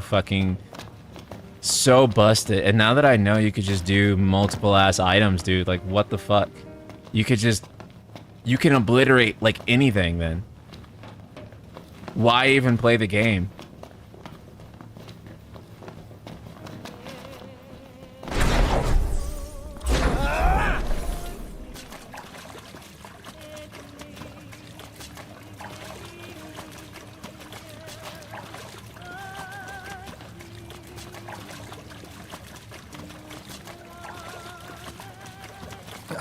Shit. Looks fresh. Then we should hurry. There may be survivors nearby.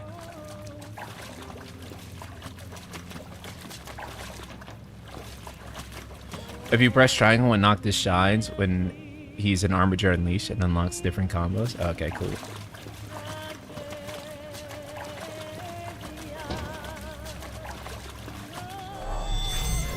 I sense That's right. Nice, Iggy. no time for compliments.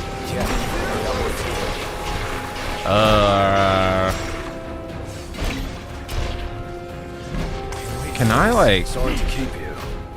banish you guys? Years. Will that work? Not too tough. Just be prepared. Been fought together like this in ages. Really takes it back. Why doesn't it? even play the fucking game? This is like the most unbalanced video game ever.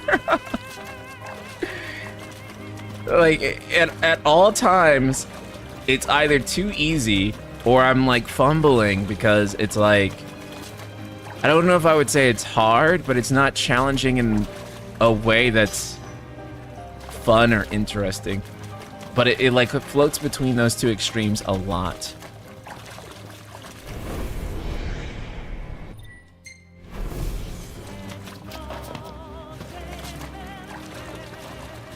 Is there still fire in there? No, not mod menu.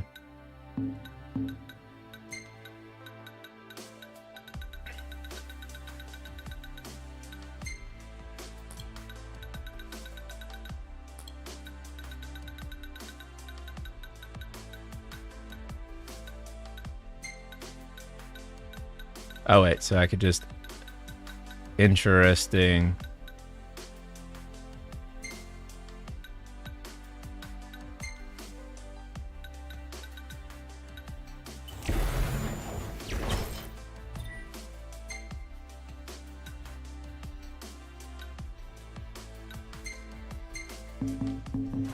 Nice. And then let me get the rest of this fire here.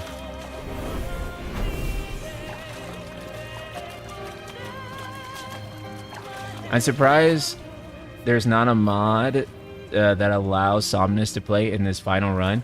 Yeah. Yeah, I'm surprised no one has done that either. I'm pretty sure it's possible too. Core!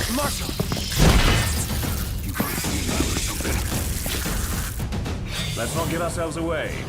We're done here. So many of them. Tell me about it.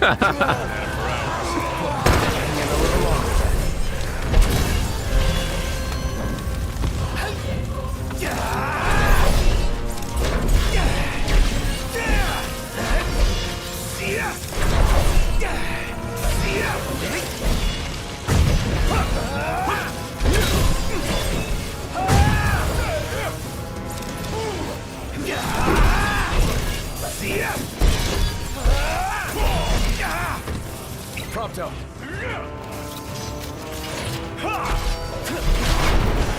When's this gonna end? We'll kill them all. Focus. Marshal! Nothing ever hits. Jumpy as before. Maybe I'm just better at hiding. Yo, literally, who the fuck is this? This better not be fucking Garuda, I swear to God. Oh my God. I legitimately regret unlocking Garuda, bros.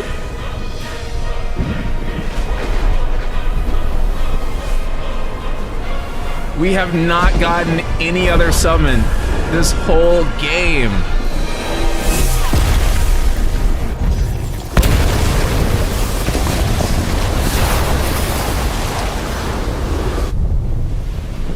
That being said, using Garuda in Insomnia was pretty sick. Don't worry about it.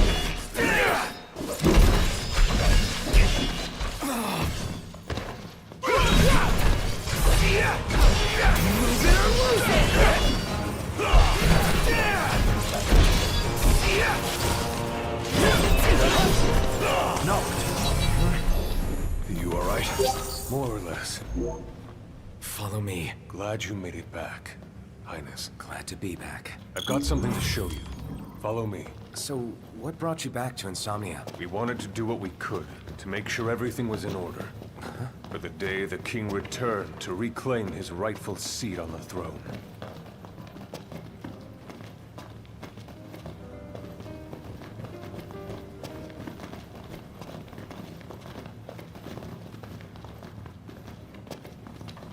We're stationed just up ahead. It's just about the only place we have left. Come on.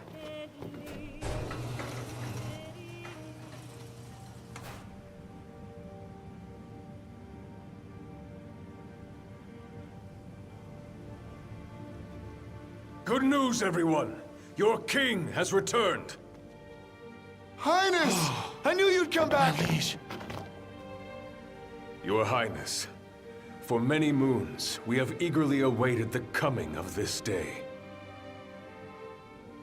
Why do all my subjects look like Skyrim NPCs? You are all very ugly character Brave creator warriors of characters. Lucis. You've Like done well Jesus. these 10 years. And I thank you. You've done so much. All for my sake.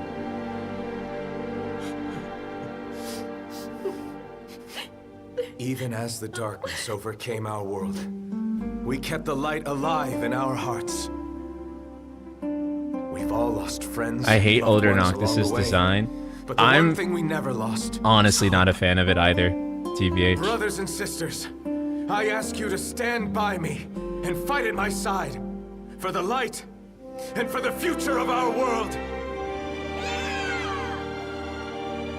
All hail the King of Light! He needs to shave, yeah. The Glaive's finally got its king. I know they're So happy thinking to have like you back. king means like beard, Yes, but none but better like than us. it doesn't really work on Noctis. I like Noctis with a beard, but I don't like how they changed the shape of his face a bit too much. Yeah, I really don't like that either.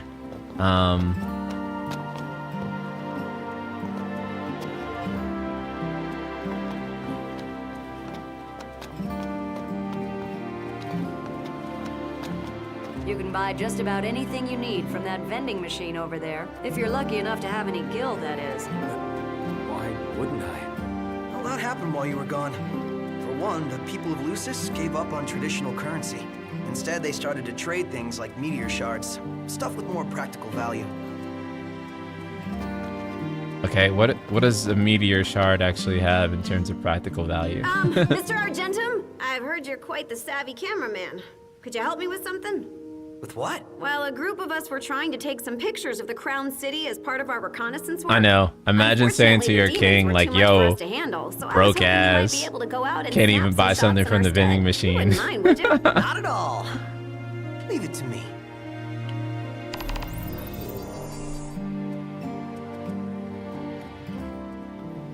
Hey, about those photos.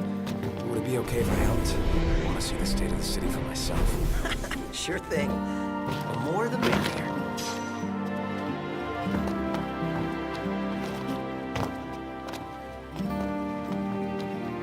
Here, take this. A key? Good eye. That'll let you open all the gates around here. Perfect.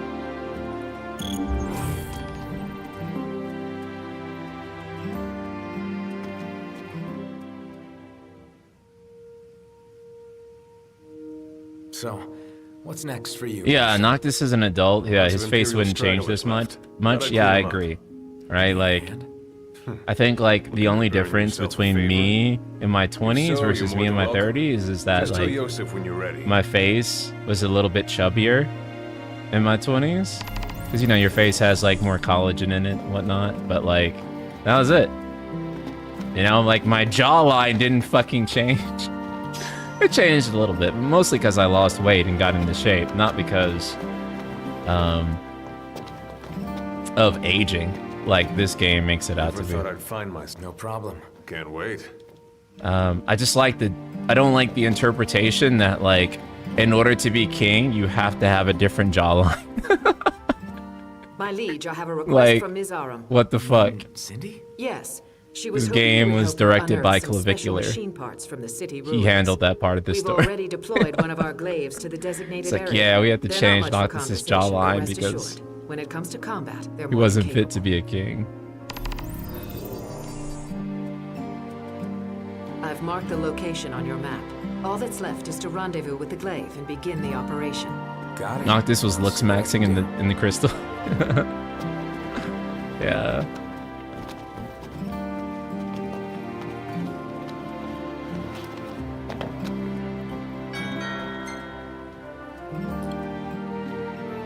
I mean, it's always hard to like make this like logically work because how do you make it logically work, right?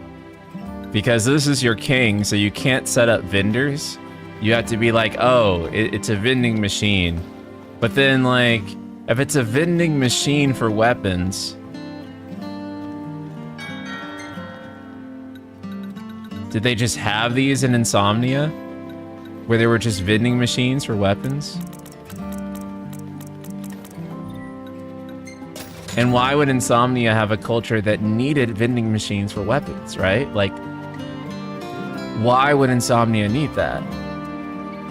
But then also, why do they take Gil when Insomnia uses Yen instead of Gil?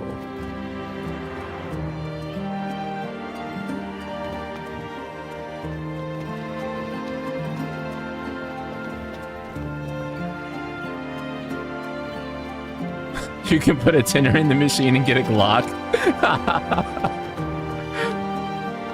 Why not just break the vending machine? Bro, there's so many questions, but ultimately, I think that this is where, like, the lore of this stuff is kind of, like, a little not as great. Maybe for monster slaying or monsters that came into town for traveling. Well, that depends, right? Because at what point did the vending machine happen? Did it happen pre-invasion? After post-invasion, no one was here, so that checks out. But if it's pre-invasion Insomnia, then that begs a lot of questions, right? How the fuck do we get My out of here? humblest apologies, but I would open it for... No way. Okay. We can't get out through there. Well then, where the fuck?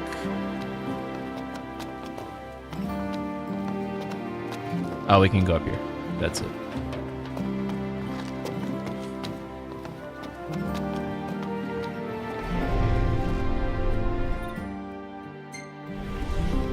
You should use the pistol for the rest of the game. It's the best weapon in the game, trust me. Really? There's so many goddamn weapons in this game that...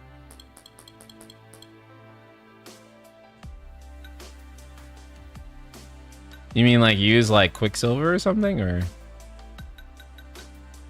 like which pistol?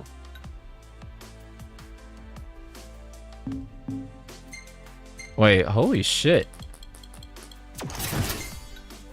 God damn, does that boost attack?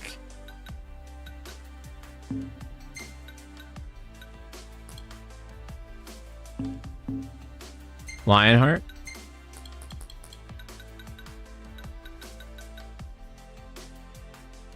A high performance prototype firearm exclusively for office ranking officials, deals more damage when HP is low. Okay. Hell no, I'm not talking to you, Kenny Crow. Game breaking Kenny Crow. Name's Joseph. Pleasure. Our objective is the annihilation of all remnants of the Imperial forces. Several of the Empire's bases located around the city remain operational. The Marshal is scouting these locations as we speak. You can begin the operation once you rendezvous with him on site. Roger. Well, best of luck, boys.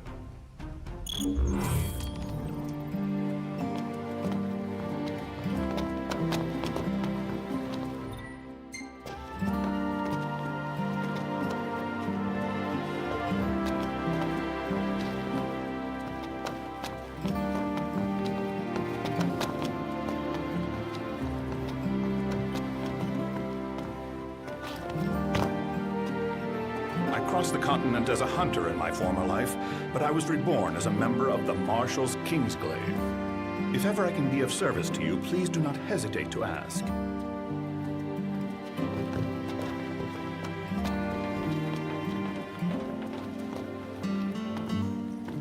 Thanks for opening up in camp. I appreciate it. Didn't want to leave anything unsaid. Whatever you do, you will have my unwavering support. I know.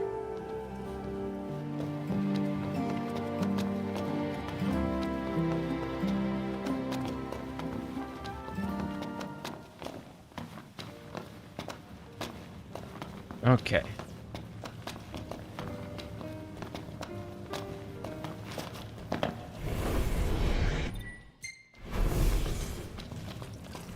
Shouldn't you do maybe Ignis verse 2? I don't think you ever did that. No. Yeah, I think we're gonna undo fate after we beat the game. And that'll be our Dawn of the Future.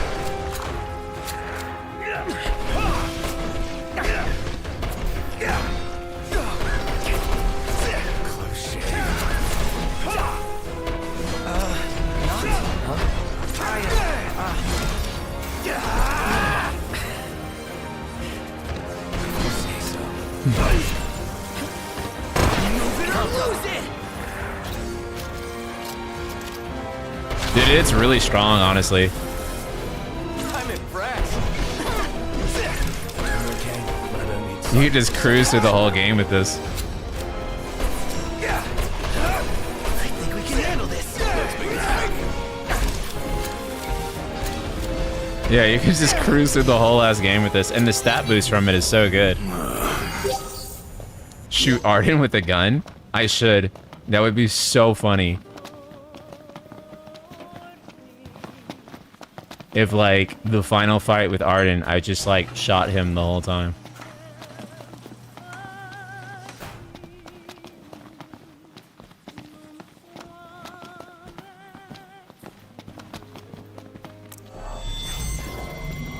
Demons on the prowl.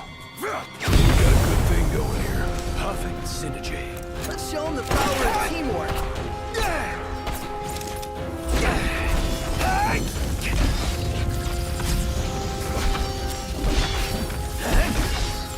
That's the way.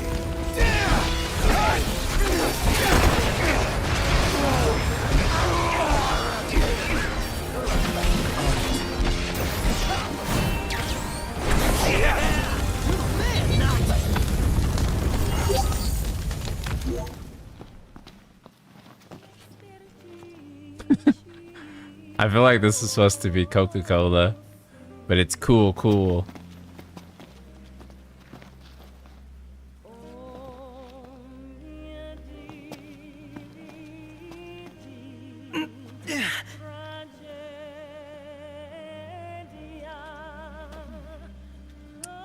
So, I believe the sign says Natsuito Moyo, which is like summer color, modeled after the summer color. I don't actually understand. Like, yeah, okay, summer colors. Okay, that is correct. Okay.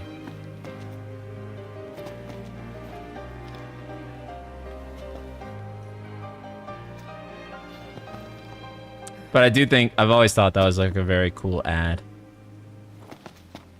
That sign looks like Stella. Because I think it kind of is. They basically have the same CG face model. More or less.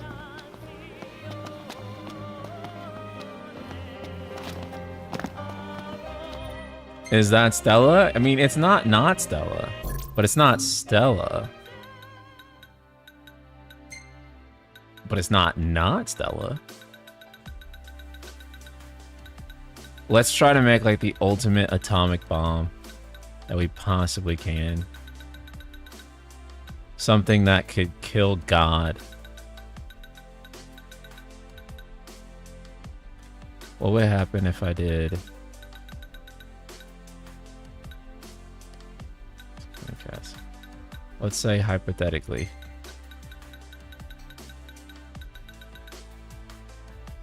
Nah, I don't want to do elixir though.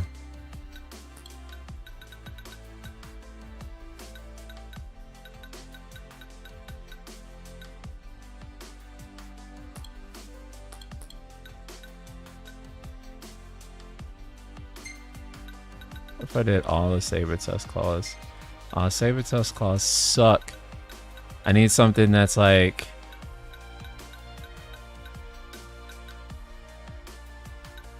it's big. It's gonna do big damage. And we have a lot of... and we don't mind throwing away.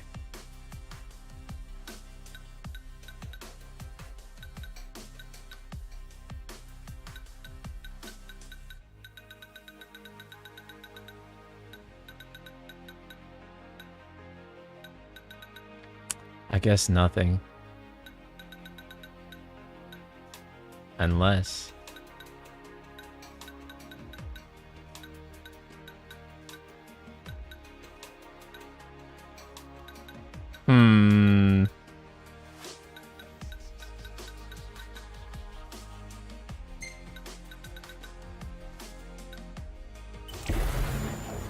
It's not like super great though.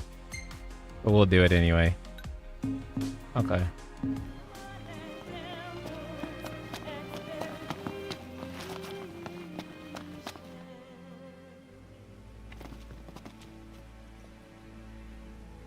Fashionably late, I see. Arden. Insomnia, the crowned city of my kingdom. I bid you a warm Technically welcome. true. It is his kingdom. What the hell's he doing? Or we're supposed to be. I've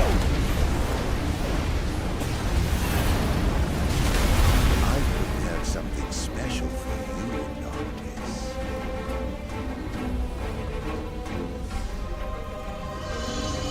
What? Yes, it's the same wall your father gave his life to sustain. I thought it might serve as a lovely little reminder of your daddy, dearest. You're sick. How could you say that to your own flesh and blood? I'll try to find it in my heart to forgive you by the time you reach the Citadel. My little pet will greet you at the gates.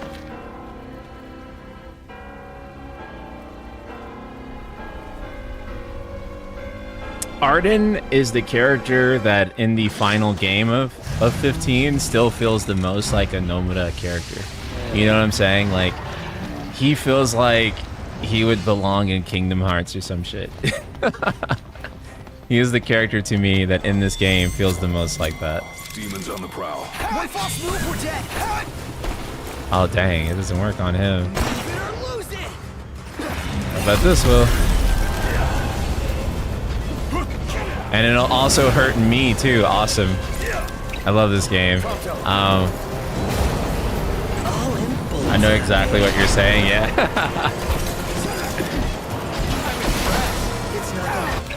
Holy shit. Iron Giant was so good in Platinum Demo, and then he sucks in like in the actual game. Like, he's like not a fun enemy at all to fight. It's like crazy how they fell off with that. Let's see if I can still do it. It would be so cool if I could see things. What's happening? I literally cannot see shit. Okay. What the fuck, dude? Holy shit.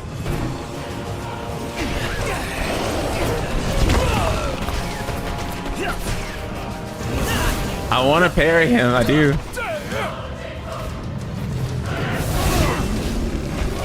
Okay, what the fuck? Was that... I'm pretty sure I dodged. Oh, wait, I hit attack. That's what happened.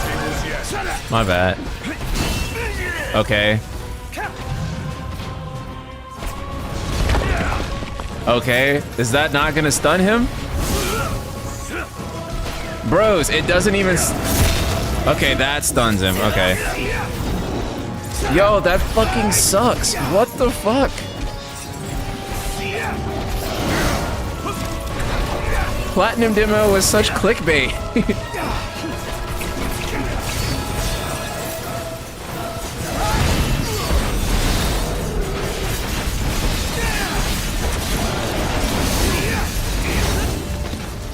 Oh shit. Well.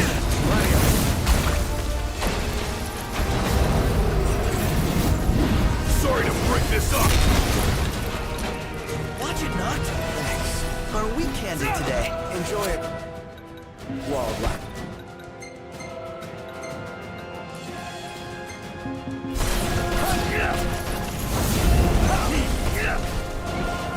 Let's see.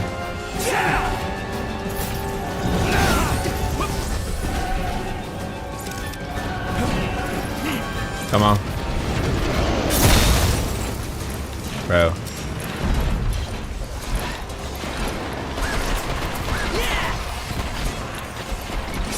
I just drain you like that. Okay.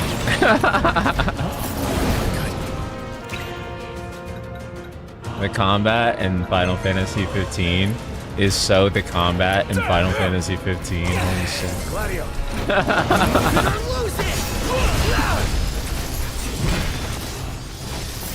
Nice work, Gladio. Yeah.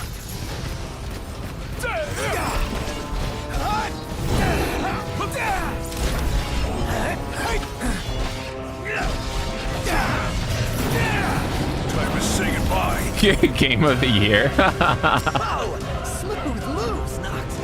It was a game that was released one of these years. Yes.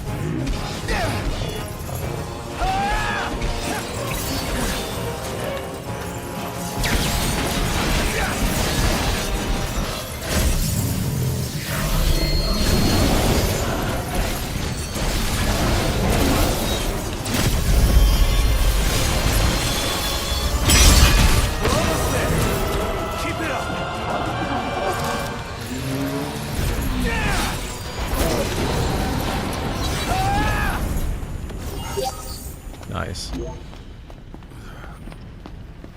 Whenever I go to like make the review for this game and I'm like looking through all the footage and such, it's going to be nothing but camera slop the whole time. Just the camera being shoved into like the worst angles humanly possible.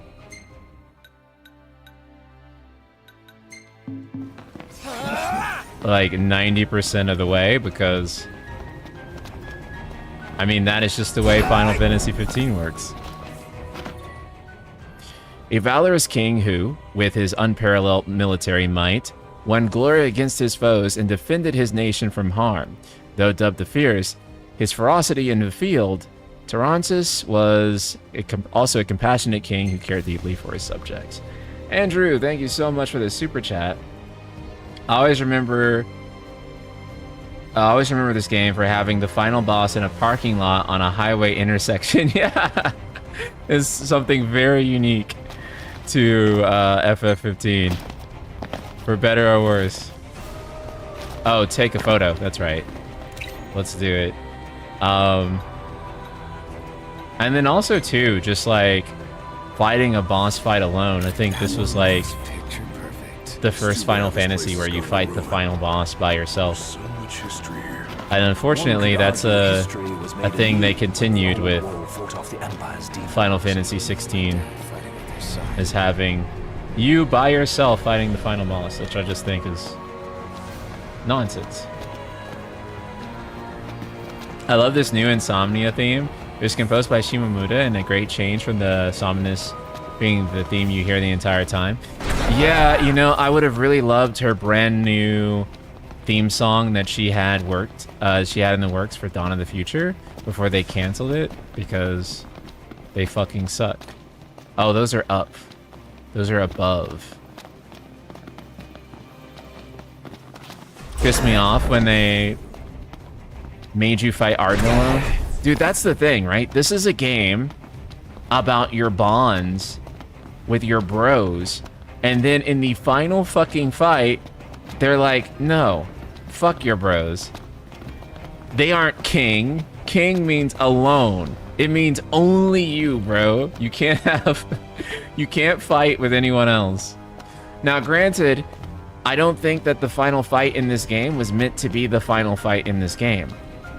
It's very obvious that the intention was to have the final fight be a monster form of Arden, a demon form, and that was cut from the game, right? You were also supposed to be able to fight Bahamut, and that was also cut from the game, and became what we now know as Dawn of the Future. But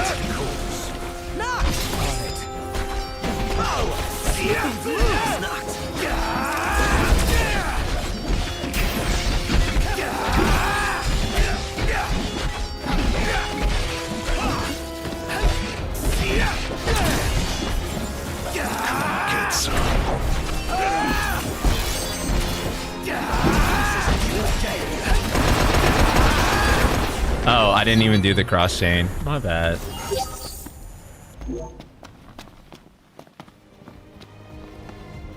I think the Royal Edition lessens the blow of the... Yeah, it does, because you get that fight with the rulers of yore, and all the bros get, like, their, like, little moment to shine.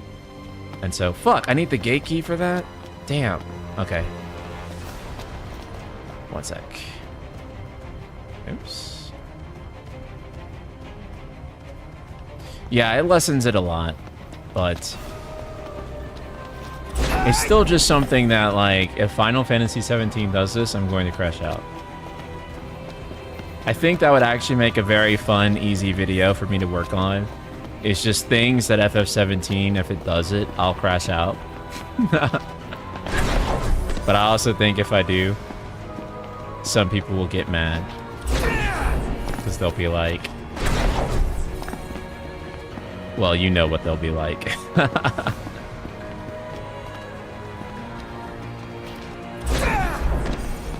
But again, I just think that, like, one of the things that differentiated Final Fantasy from Dragon Quest back in the day was, you know, really having a party. And so, you know, I just don't think that FF should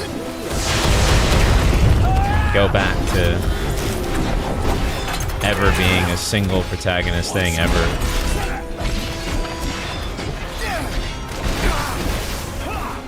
Dude, what is the point of not using Armiger Unleashed, like, ever? I don't even understand.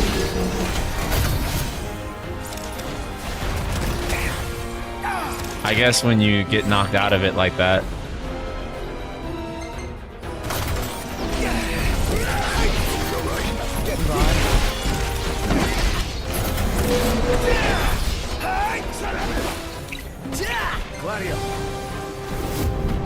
Sorry to bring this up. Fuck yourself, Garuda. No, we're not doing it. We're not doing Garuda.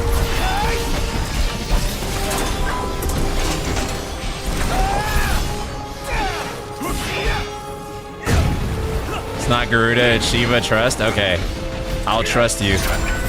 Oh no, it's already gone, so it doesn't matter.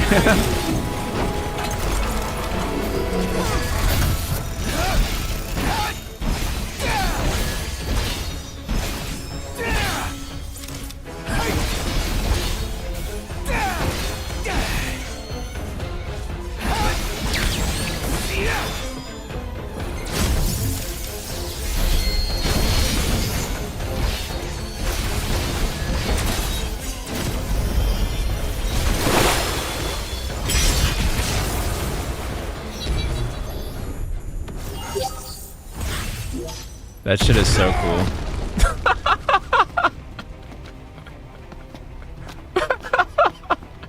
If that's not like a Final Fantasy 15 moment, what the fuck is? Holy shit. That's peak FF15, bros. Holy shit.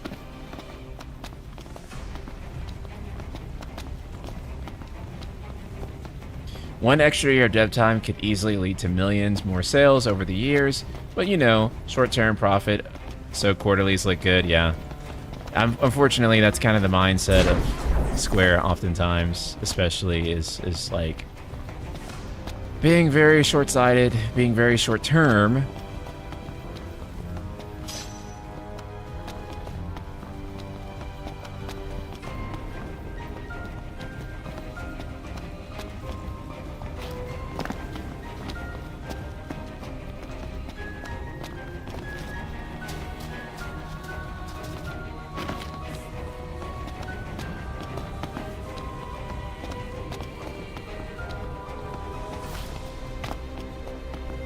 You press triangle when Noctis glows white and Armiger Unleashed to extend combos. I have to try that.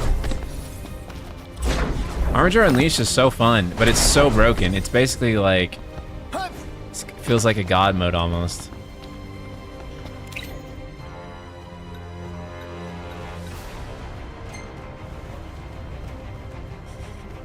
Got a little cut off. Fucking serious? Are we gonna be picky about that? A little cut off. Oh my god, okay. That didn't count?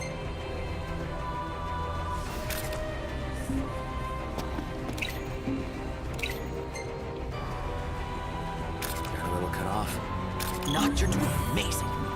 Fucking shit. And queens of yore were like. As different as you and me. They each had their own unique strengths, but what they shared was a common love of country. Oh.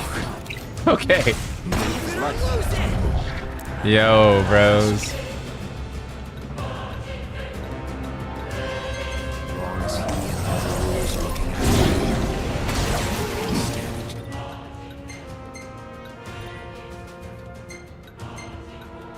It's time.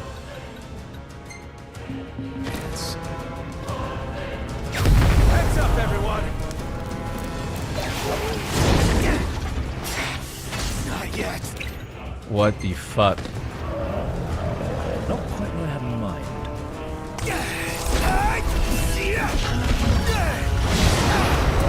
Oh my god.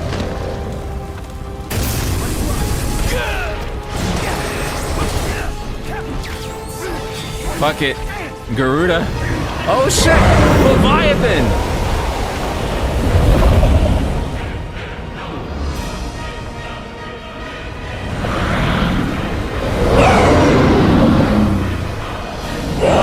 And he's clipping through the building.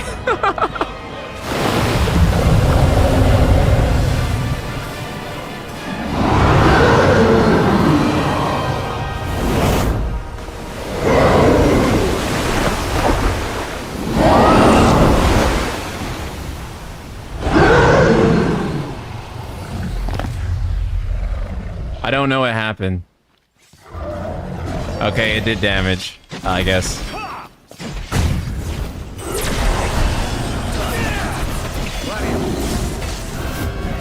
Sorry to break this up. Nice work, Gladio. I'm impressed.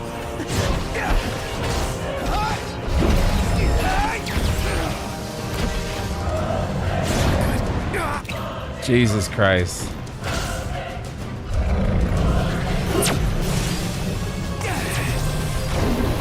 Pronto, I'm ready. Let's end this. Check this out.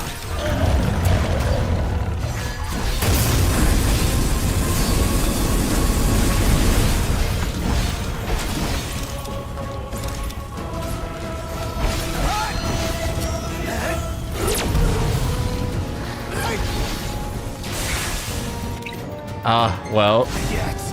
Pronto. Much obliged. Do it, Pronto.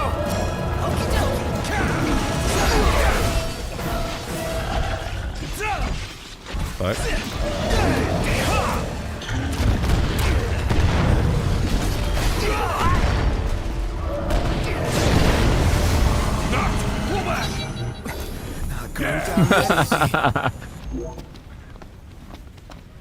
Impressive. There we go.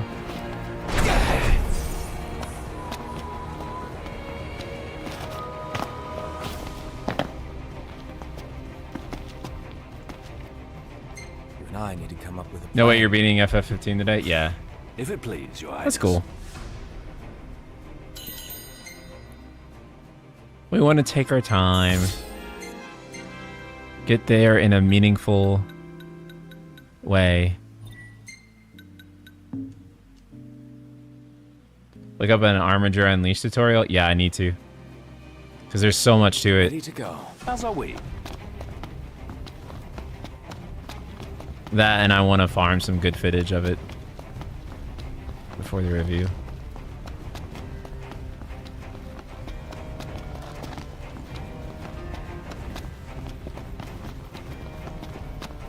For the last photo, you need the key. Oh, shit. Oops. Let's see.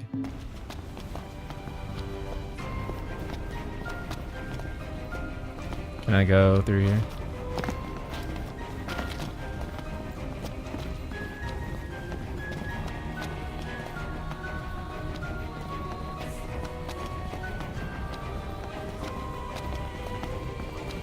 Oh, wait, that's through the castle. I see. That is the last photo. Okay. Let me try going back around there then. You're headed towards Cerberus? Oh shit. Okay.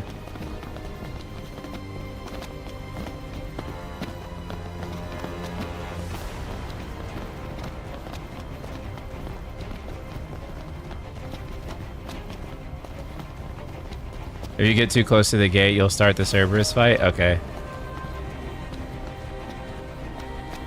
Then let's not do that.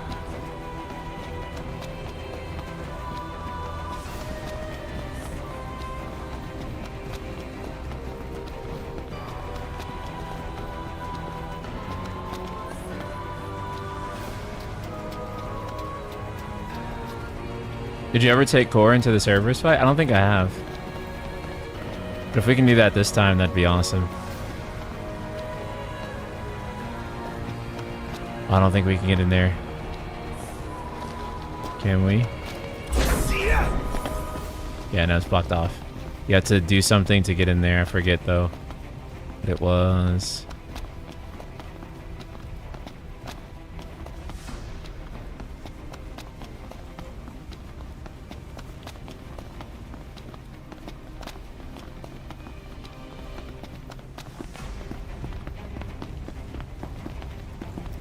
It doesn't matter if you do it now or later. Okay.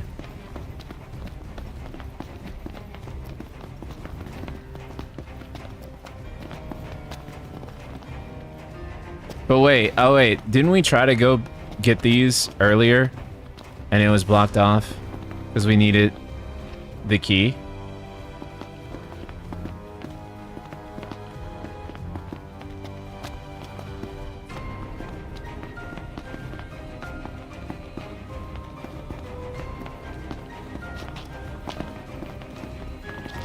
How do we get the... Oh.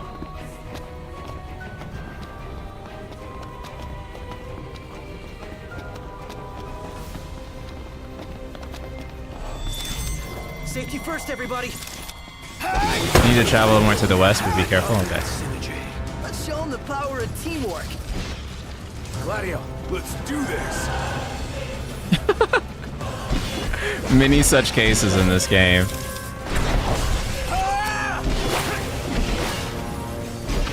You just... Propped up. Okay.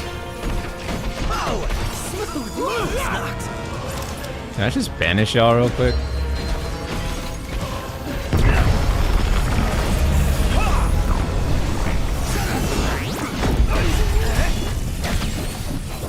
I think we can handle this. Let's make it snappy. Propped up. All in bullet time, baby. Don't worry. If you keep going straight, you'll activate Cerberus. I'd head to your left instead. Okay. Of course, Your Highness. But will that actually...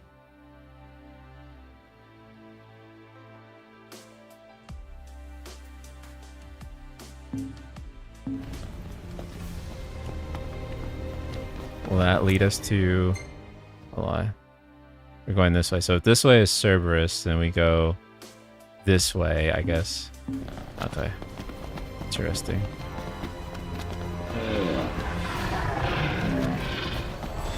No room for error. Everyone ready? Yes, of course. Yeah, the atmosphere here is really well done. It's incredibly well done. Yeah, I'm skipping that Iron Giant. I'm sorry. Well, actually, let's fight him. Because we want to level anyway, so we want the AP more than anything.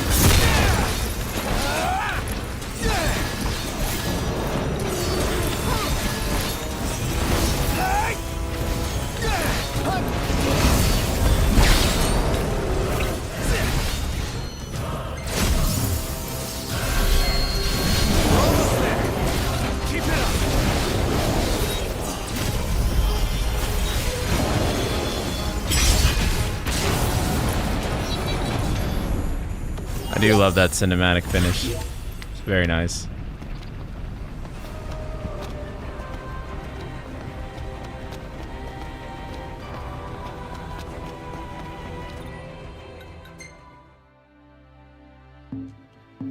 Wait.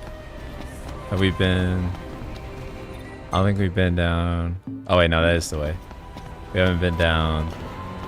Wait, is that the Cerberus fight? Or is the other one the Cerberus fight?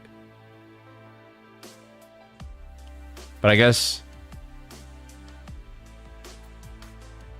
It's on the way to Glaive without a king. So I guess, wait, we can head back this way. And then go that way? Is there something over there we haven't explored yet? It's the bed location in the bottom of the big rectangle in the middle.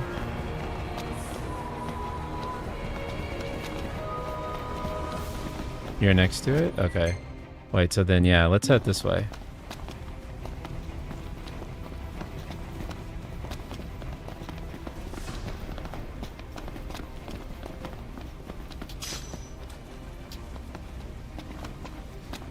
Yeah, it's actually impressive that so much of this was added to Royal Edition. Because, like, in the original game...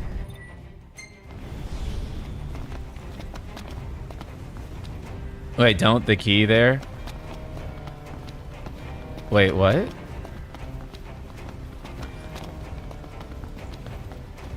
The Cerberus fight isn't the point of no return, though? Okay.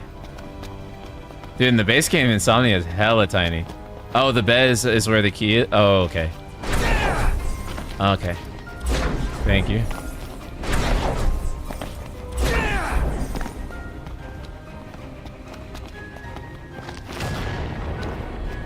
We ought to rest up for tomorrow.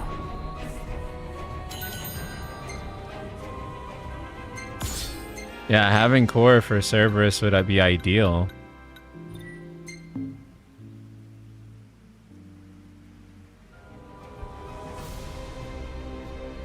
Top of the morning, fellas. Feels a little forced when Let's it's always see. nighttime, don't you think? Yeah. I guess you're It right. must not have been this bed then, because I don't see a key anywhere.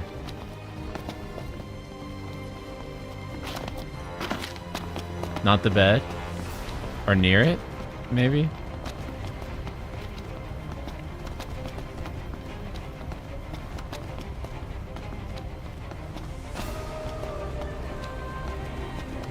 But there is a bed location in that corner? Oh, okay. Oh, I see. Oh, in that corner. Okay. We'll head there then.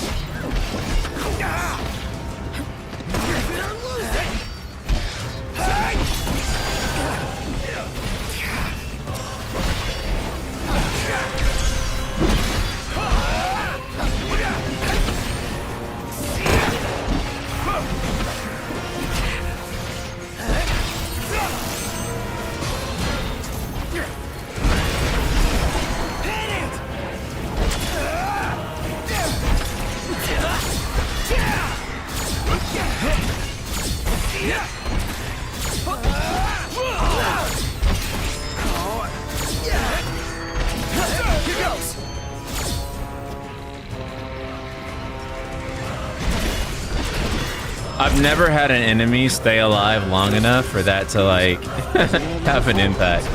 They always die, like, on, like, the first handful of attacks.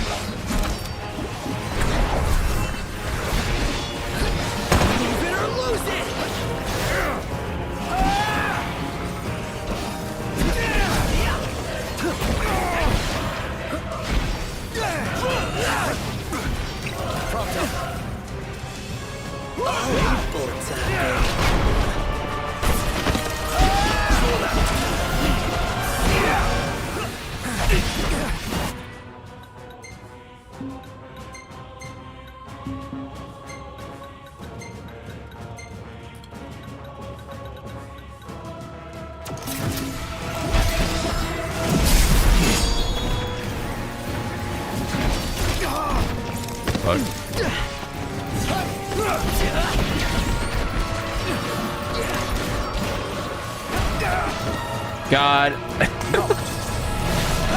FF15 combat moment.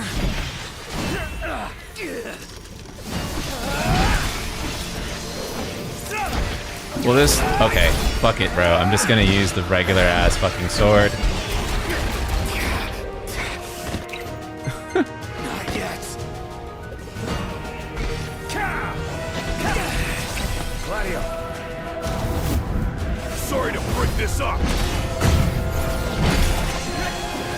Nice work, Gladio.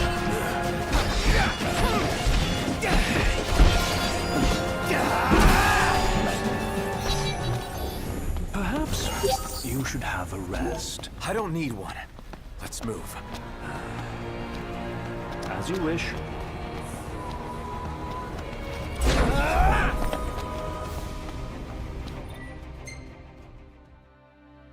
There we go.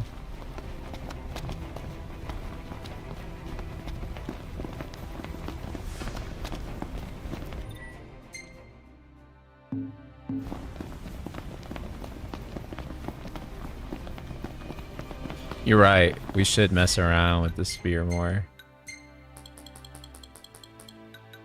Because fucking greatsword is ass cheeks right now.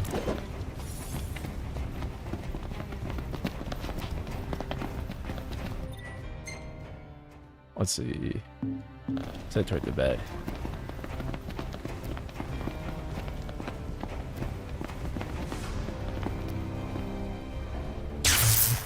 Oh, is this Omega? Oops.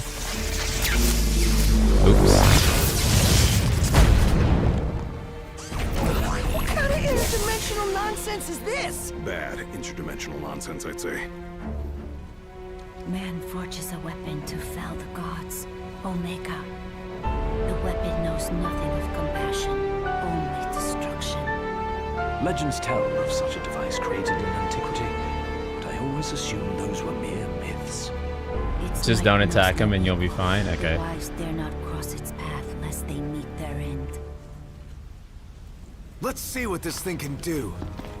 I think that's a bad idea. Okay, so we can't go for that bad, but we can go for... Has to be maybe this bed up here.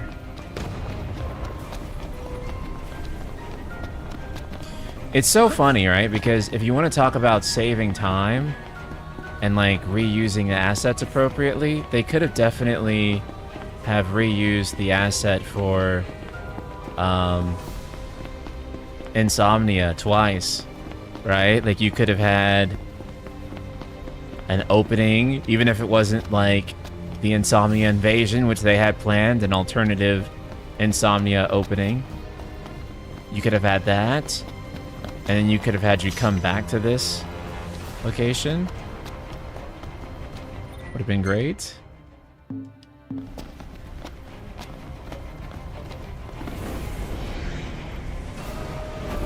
Not gonna fight Omega for 5 hours. My goat is watch. I know. It's so... The fight design philosophy in this game is just so bad in so many ways.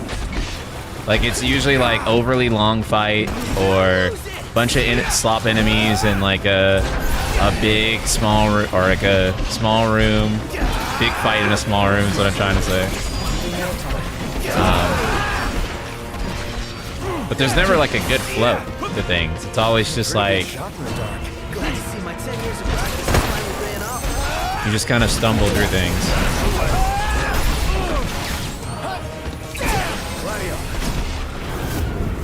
Sorry to break this up. Nice try. Nice work, Gladio. Yep. Fuck it.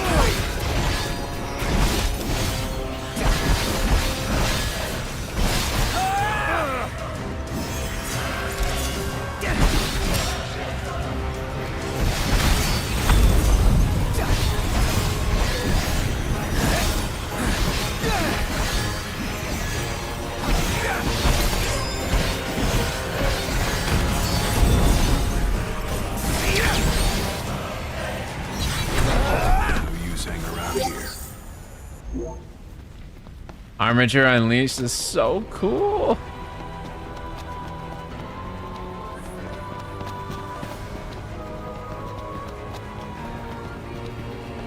Yeah, it's just so funny because like the most highly requested thing was for them to reuse the map that they already made, and then they didn't even use it like fully even one time in the base game.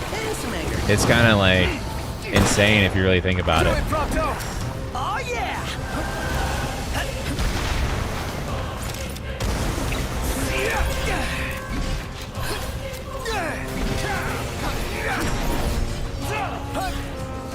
Can we?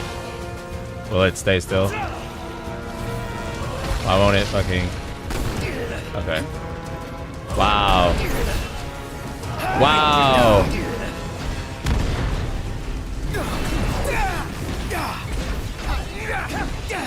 Why won't it? Okay. Let's try Gladio. Let's try Gladio.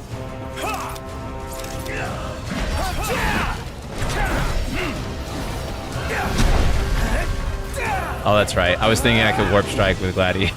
No, you can't. That's not what the lore says. I forgot.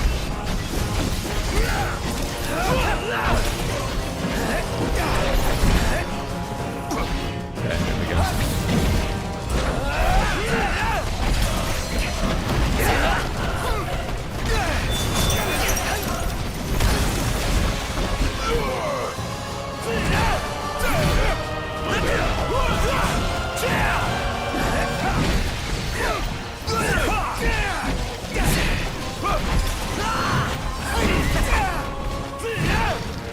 It's no use. Relax. Try this.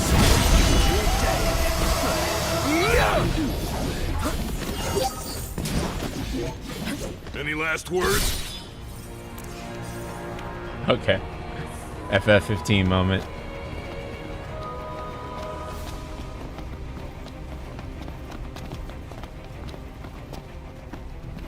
Genuinely curious, have you had to consider any kind of strategy in combat during the playthrough? It kind of feels like you just attack and dodge, and then with Noctis, and then use a technique now and then, every now and then. Is something the matter? Yeah, that's basically the game. Shall I escort you back to the ship? I mean, oh, it lets you fast travel back to the Kingsglaive base. Okay, that's nice.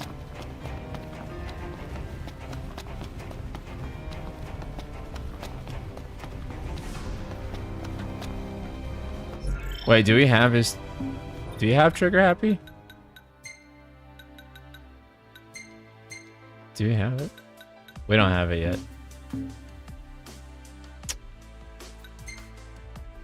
$71 AP. We're due for something to be upgraded.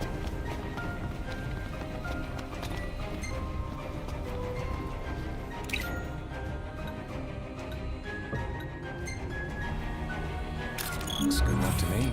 Hard to believe everything got destroyed so soon after we left town. That ceremony must have been a real mess. Lady Lunafreya was lucky to have escaped the chaos with her life. My dad sent her on a mission that day. All for my sake. I can't let their sacrifices go to waste.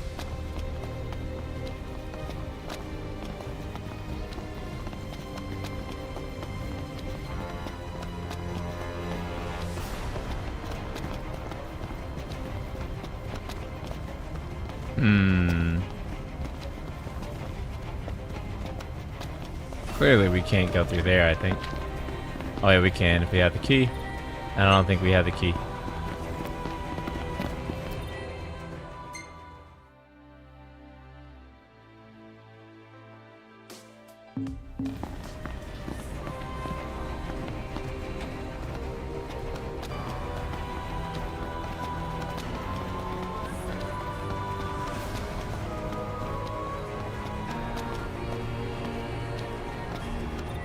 Also, wait, what was... Where was Corey's quest at?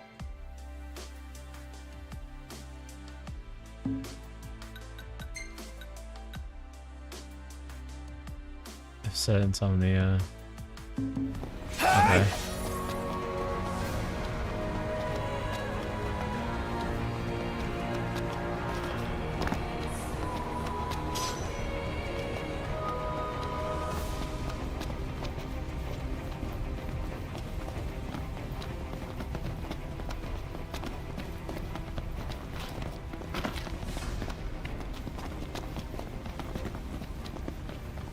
Let's see what this thing can do. Oh, fuck. Well, Core. We'll have to run past Omega to get to your destination.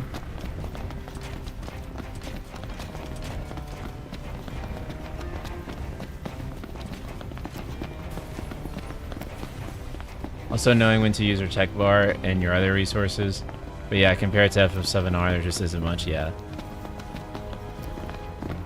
Well, I just always feel like with this game, I'm just doing like a ton of awkward fumbling most of the time. And I'm not like really doing anything tactical or...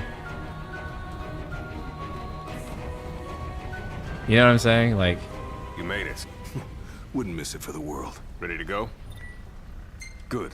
The Empire's using this facility to store their arsenal. Sounds like an important tactical target. What's our plan?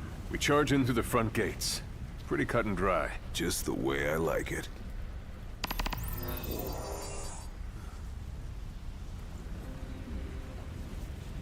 All together, men.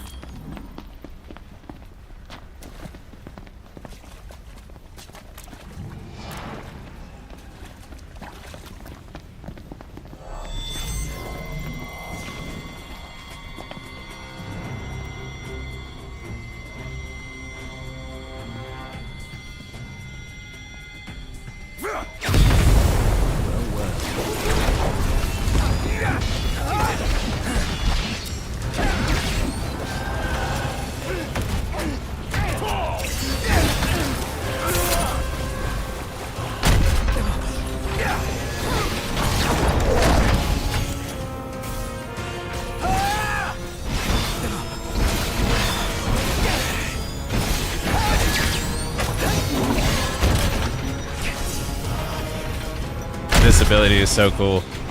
Wait, what the fuck? Did I cancel out of it?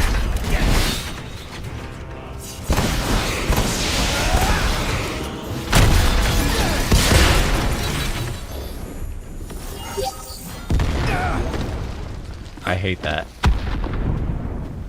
Comparing this game to FF7R feels unfair in a way, because this game had such a weaker foundation. It's a miracle this game's combat system was even functional. I mean, at times, functional is like...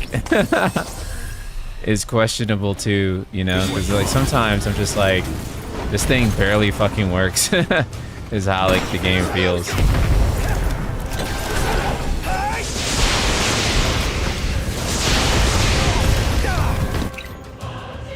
But a lot of it is just design problems more than anything else.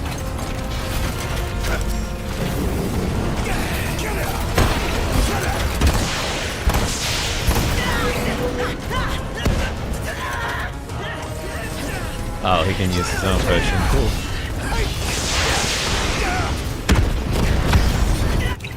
And it's just like awkward fumbling. You're right, I should have regrouped. That's okay, I wanted to use Lion's Roar. Dang, that's sick as fuck.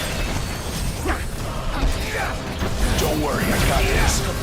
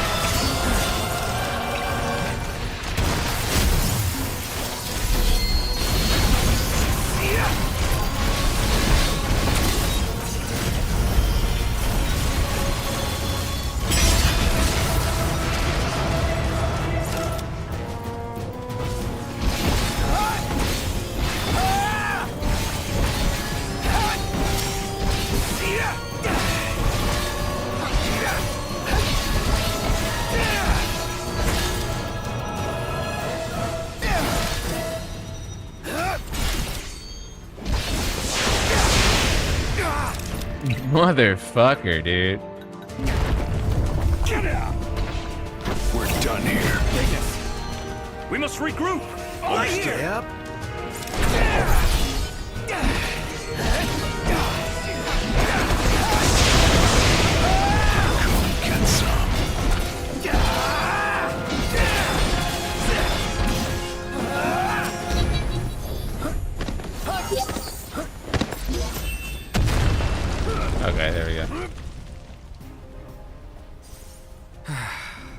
Mission complete. For now, I'm going to scout our next destination. See you there.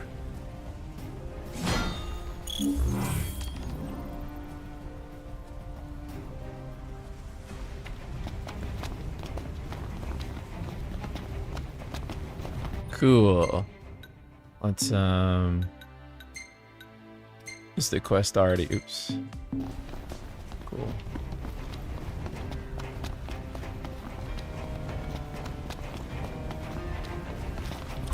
Yeah, being able to co-op this game would be amazing. It would make it so much more worth it. I think either this game or Final Fantasy 13 would have been a great time to introduce co-op. 16 also would have worked really well with co-op too, right? Because you have a bunch of characters who stand around doing fucking nothing most of the time. So why not let the other another player control Jill or something? I don't know. Would have been nice.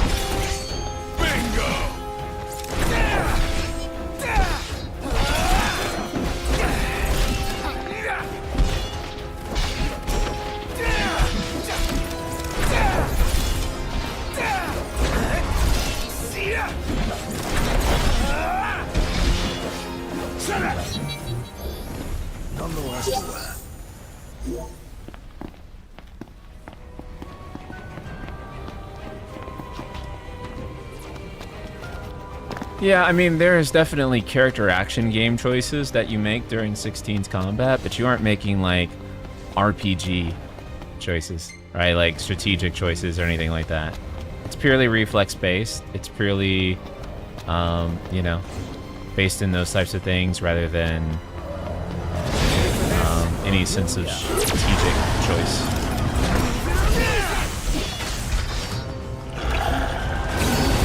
Garuda! Brother. What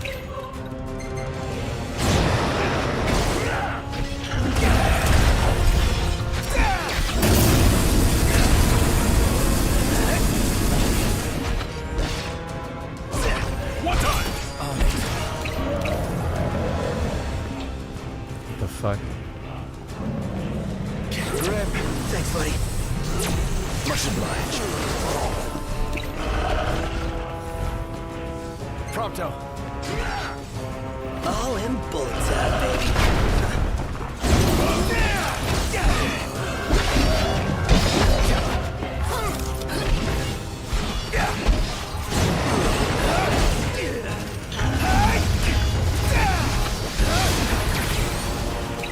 We must regroup. Everyone regroup. Sure.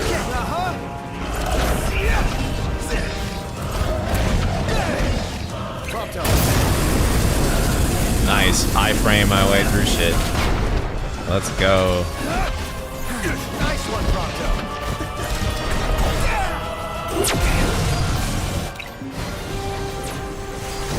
Let's go. Leviathan? Leviathan. Leviathan. Leviathan. Oh! Rama! First time this whole playthrough. Holy shit.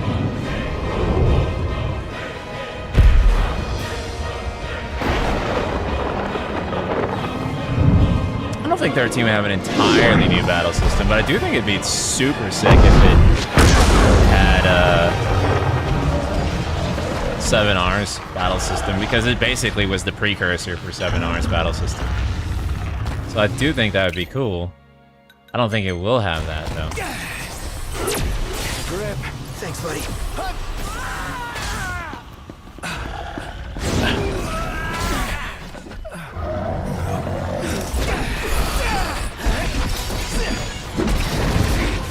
Not yet. I literally switched characters, but okay. Go off.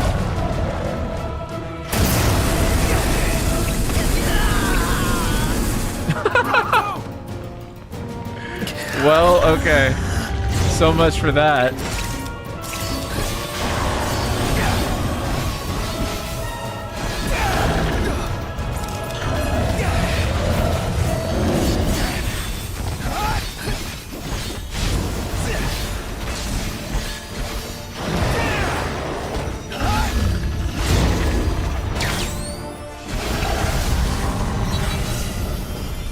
Now we have to watch this whole animation. Okay, no, it cut it. Okay, cool.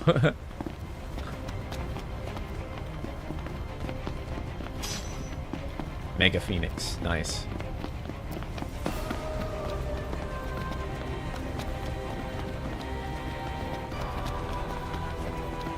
Let's take advantage of the bed while we're here.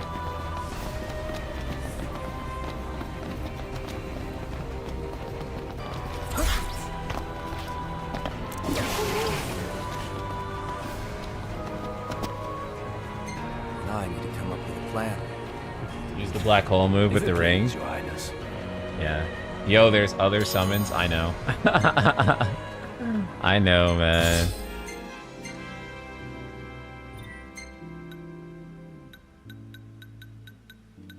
We need to think about what photo we're gonna give Lunafreya.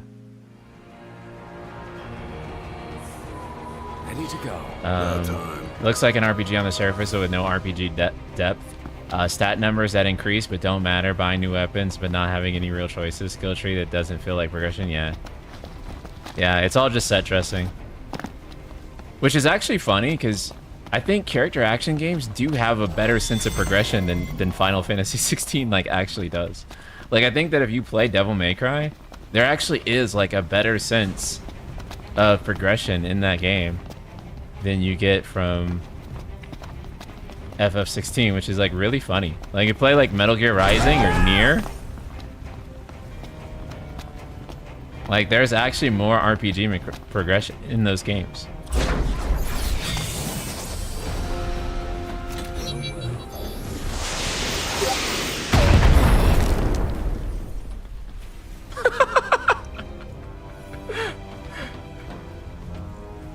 About time. Well, I'm ready when you are. Well then, let's move out, boys. Final Fantasy 15. Good. We've made it in undetected. You're coming with me, Your Majesty. We'll take them down without being seen. Okay, but what if we are? Then we give them everything we've got. We're gonna be seen.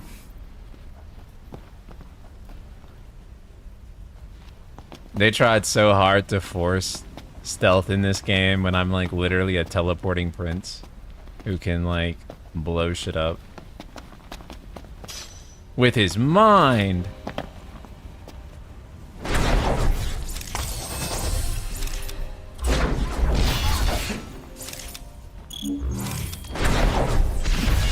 One step closer to completing the mission. Keep your eyes on the target.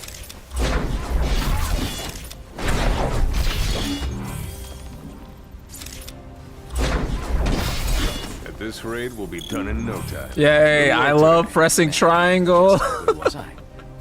I love pressing Far better than I triangle. anticipated.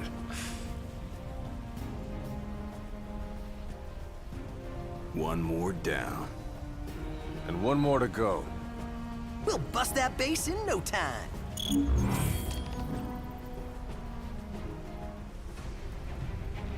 And how did the same dude make Dragon's Dogma one of the densest RPG action games ever, then come out with 16? Yeah, I know. Well, that's because he wasn't commissioned to make more Dragon's Dogma. They commissioned him to make something akin to Devil May Cry. Although, if you actually play Devil May Cry, DMC has like more depth to like all of its systems than I will ever care to learn. Point blank. I'm just not that deep into it, but I respect it a fuck ton, like a mega fuck ton. And yeah, I just don't think that, like, for the most part, 16 has that. So it ends up in like this weird, awkward space where it's not as deep as Devil May Cry, but then it also isn't like a super deep RPG either. So then it's just like this weird other kind of game that just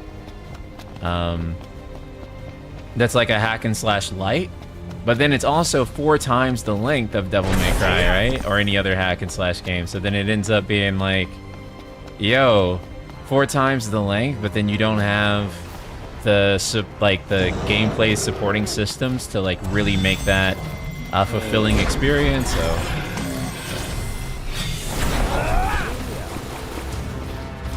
fuck Iron Giant, dude. Iron Giant was so fun to fight in the Platinum demo, and then you fight him in the final game, and he just sucks. I guess it's because it's that specific flame variant of Iron Giant. But yeah, he sucks. Not fun.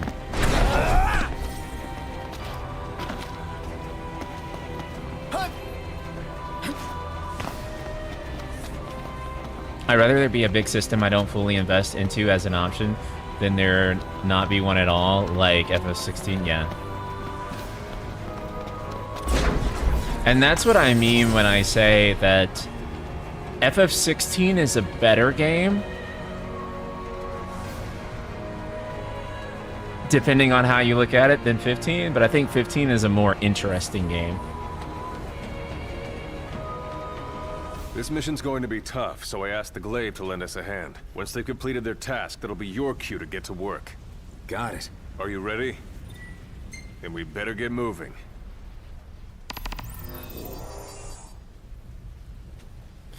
Like, I think First, that the Glaives will temporarily take the 15 security system at many offline. points, That's when you boys step in and wipe out the enemy. it What can happens if we run honestly out of be time? just kind of mid or like System really goes bad, back honestly. online and the mission ends in But failure. So, the quicker we do this, it's never the better. boring. You got it. I'm never bored playing this game, like ever. It's entertaining even when it's bad. Like pick even up when the it's a pace. bad 6.5 video game, even in those moments, it's still a really fucking entertaining 6.5 All together now. mid game. You know what I'm saying? Like, Well, here we are. it's never dull.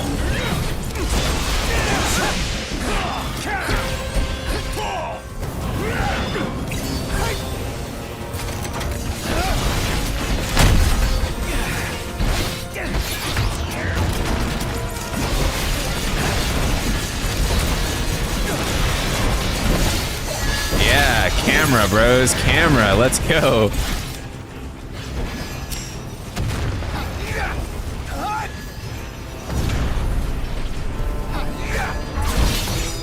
Yeah.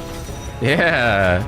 You get that camera that doesn't fucking work.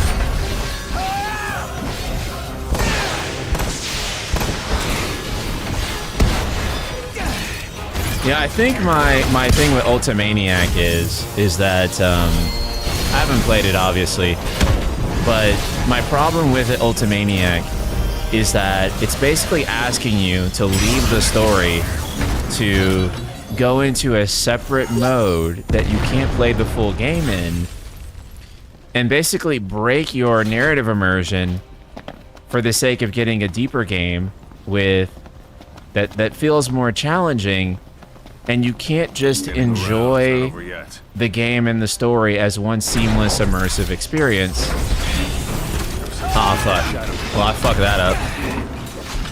And you can't just enjoy that as one seamless, immersive experience, but rather you have to, like, leave it and then come back to it in order for that to happen.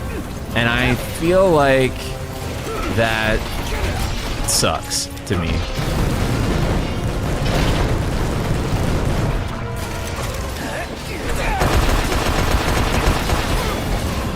Right, like I don't want to go to a separate arcade mode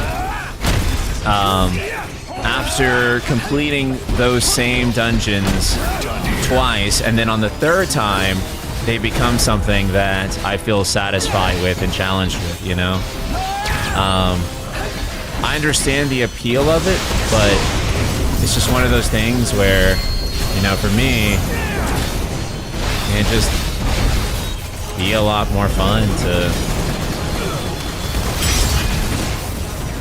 have challenging, engaging systems on the first go-around for me to mess around with. Fuck me.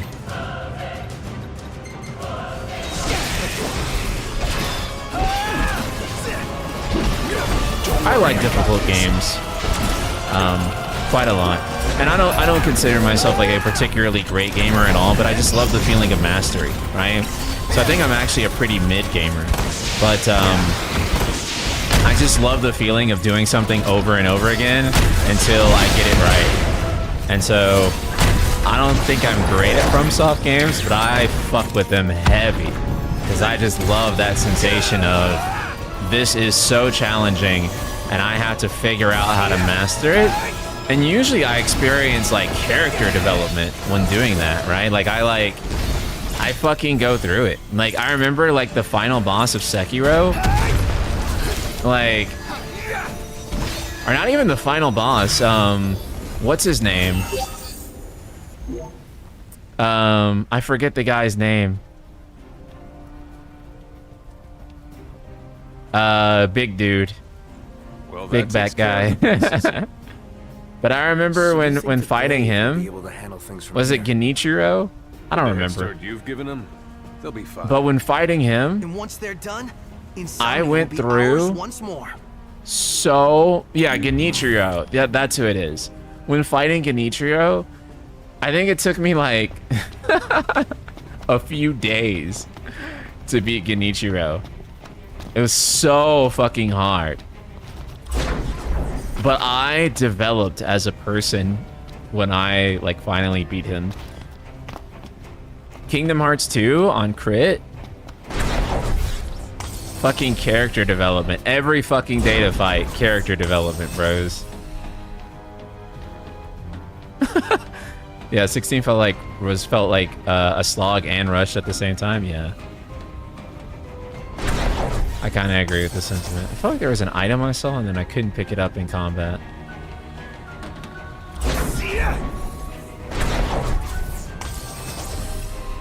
It was up here, I think.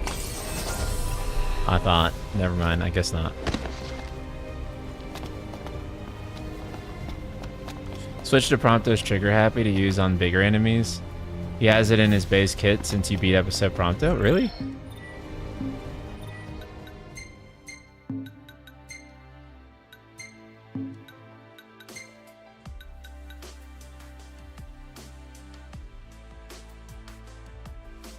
Do you mean at why? Oh, when I play as him? Oh, I see.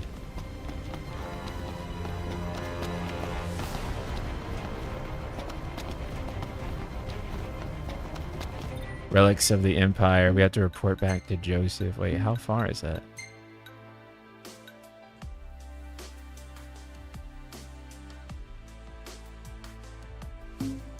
And we are... God damn, that's far. Can I get another one of those teleport things? I feel like this one had like a teleporter on it. Maybe. One of them did. I'm like, that's a far walk.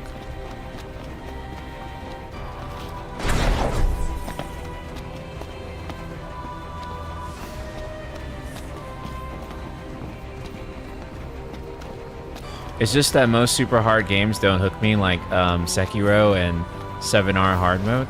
That's entirely fair because most games are not that exceptionally well designed. Like Sekiro and 7R, for me, are like the absolute peak of video game design, like period, right? That and I would say like Kingdom Hearts data fights. So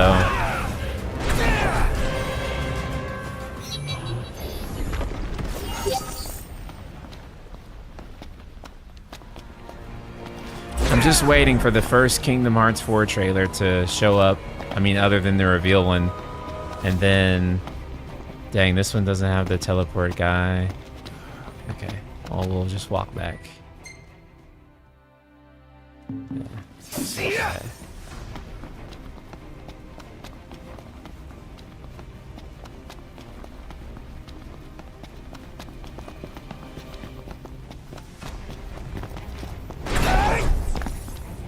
The aerial combat in Rebirth and especially Remake is outright terrible. I actually like it. I know that sounds crazy, but I feel like it's a Final Fantasy game where you're not supposed to be able to jump unless you're a Dragoon.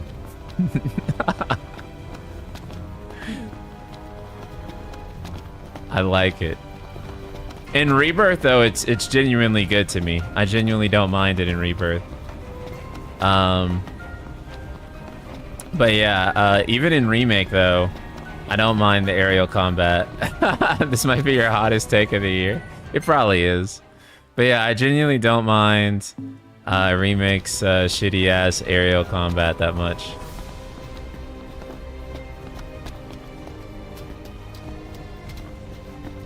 Wait, how the fuck do we get down there? Chat?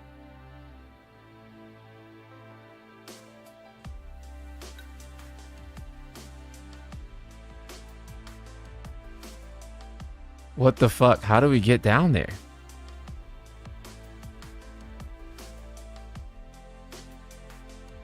Was it this one that had like a teleporter on it? Which one had the teleport guy?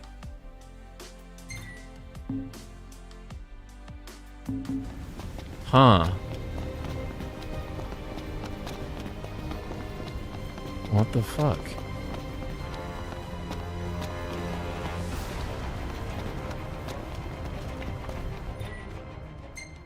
The one in the way far corner had the teleporter? Was it this one?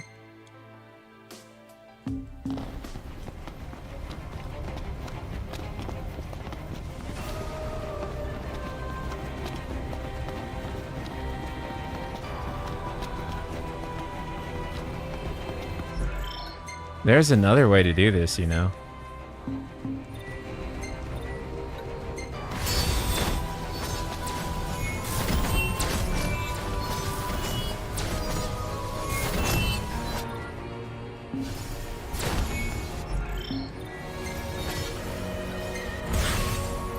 Don't cheat. Fuck off. Something the matter? You look lost. Shall I escort you back to the shelter? I'm a cheat, bro. Hell yeah, I'm a cheat. I don't give a fuck. You look lost, true.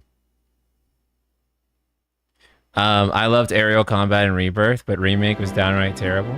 Yeah, I actually loved the progression. I thought it was great. I thought it was good to go from like... Did you manage to meet up with the glaive? Terrible, shitty ass, like, aerial combat to like the next game. You're actually like doing aerial combat with proficiency. And I also like that each character cannot do aerial combat well. Right? Like, I like that Yuffie is good at it and Cloud is semi good at it.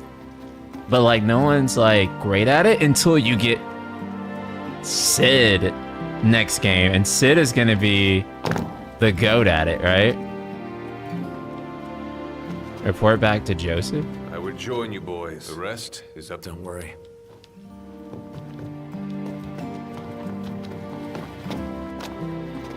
Who the fuck is Joseph? Which one is that? You can buy just You're not. about anything. Oh wait, that's the one upstairs. That's right. Fucking whack ass NPC. Thanks to you boys, we're that much closer to making Insomnia Imperial free for good. You can leave the stragglers to us. Finally, someone agrees with me on aerial combat from Remake to Rebirth. Yeah, it feels it like I like it. And then aerial combat, and then, bro, aerial combat in part 3 is gonna feel fucking amazing because you're gonna have Sid. I think it's great that every character is not a jump guy. In fact, I think, you know, it would suck if every character was a jumpy guy. I think that this is Final fucking Fantasy, and some characters should be good at jumping, okay? And some characters should not be good at jumping.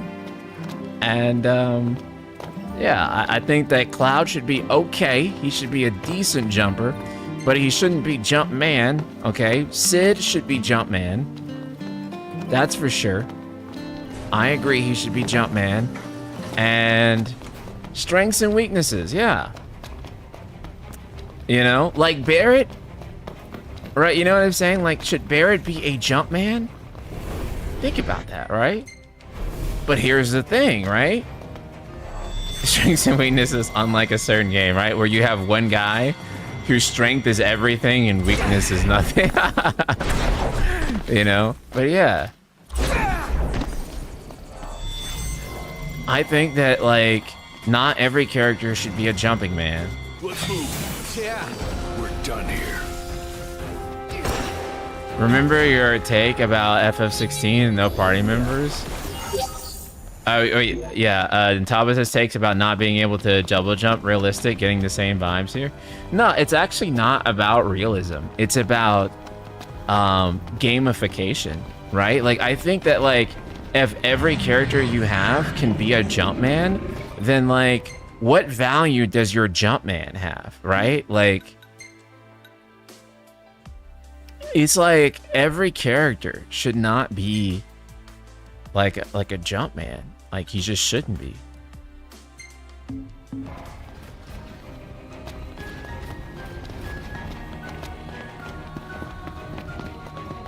You know, like, some characters gotta be jumpers, and then some characters gotta be pumpers, you know what I'm saying? Like, you feel me?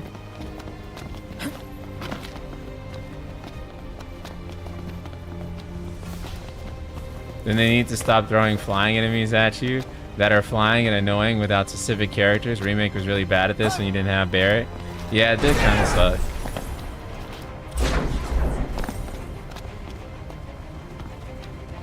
But it's just part of the experience, like in KH1, where, you know. We got a good thing going here. Perfect. I don't know where I was going with that analogy, but you know, it's just part of the experience, like in KH1, where it's a little janky, but it's part of the fun, you know what I'm saying? Like, it's part of the experience, brothers.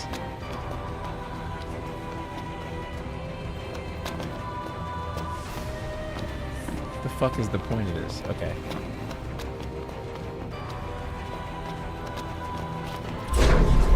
The pumper characters would be Oiled, Cloud, and Sephiroth? Absolutely.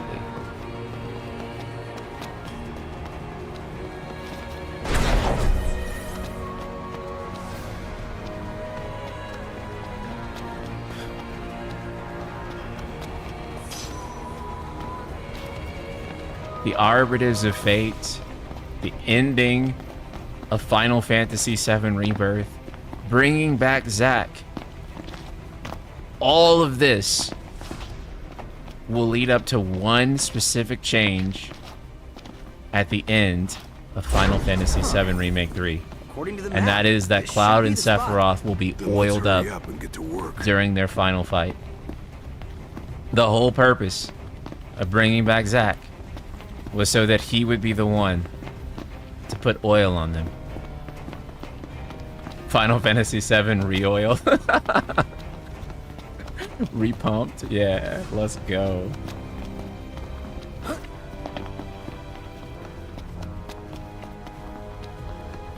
FF7 reload.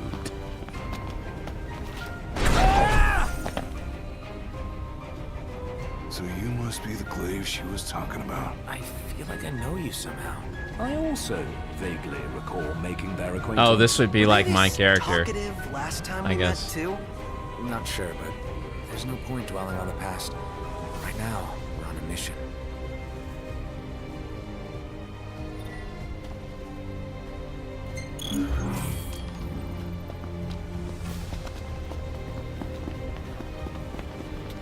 The default glaive because you didn't do comrades. That's so funny.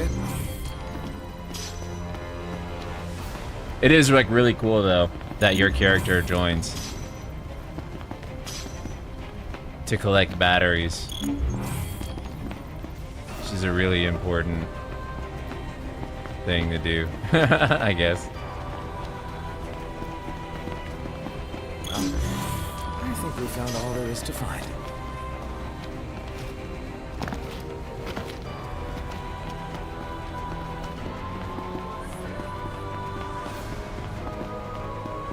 Pretty sure glaive stats are also completely carried over for this mission. That's so cool. This game had so many ambitious ideas behind it.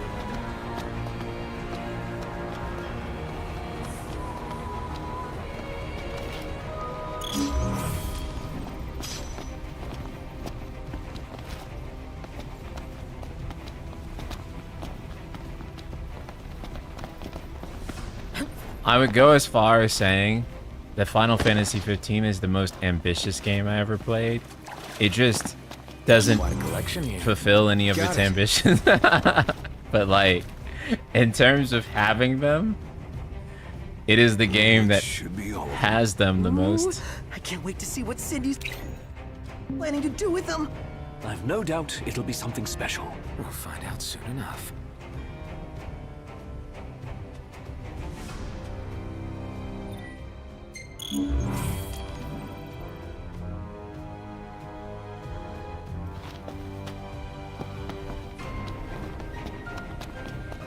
Final Fantasy 15 is truly the game with everything.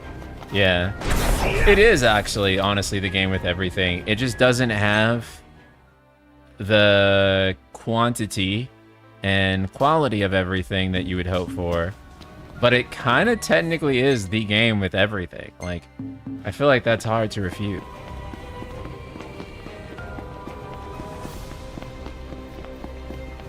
You want to play a game like 15 but realize most of its ambition? If there was a game like 15 that realized most of its ambition, it would be the greatest video game of all time. And undisputably the best Final Fantasy game of all time. But I don't think that exists. You know? I don't think there is a game like Final Fantasy 15 that carries out everything that it wanted to do. One, because I think it'd be like the most expensive video game ever made by a country fucking mile.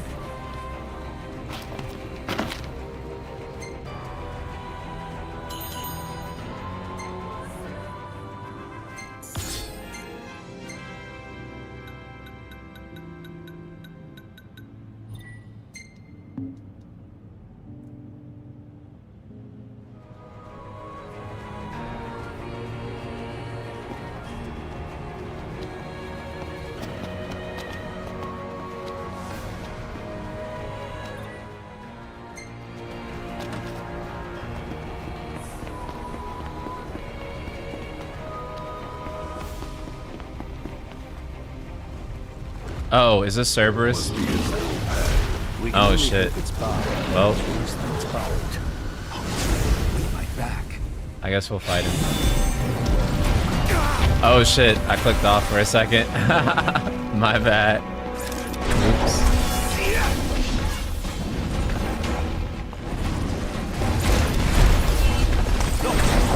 Try attacking the beast while it's in midair. Stop it from bouncing around. Precisely. Get it! You can still run? Really? Can we just run out of this fight?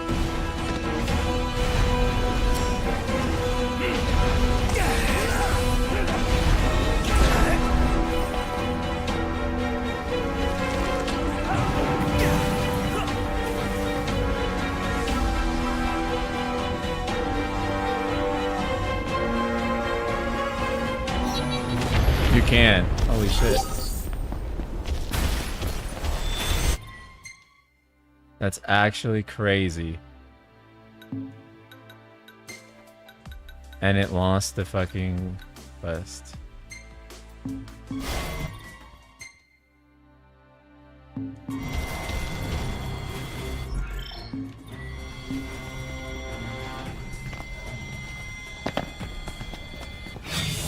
It's time.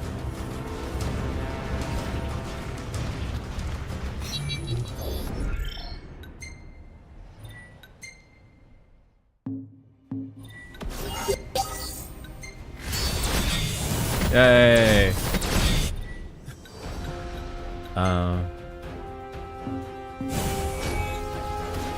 Wait, is this?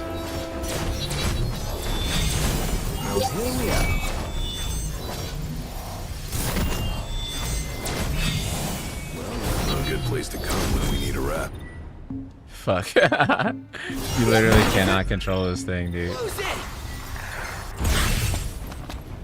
Is this the warpy one? No, I don't think it is. But wait, actually. There's an item here. Oh, okay. Oh, underpass master key. Oh, shit. Nice.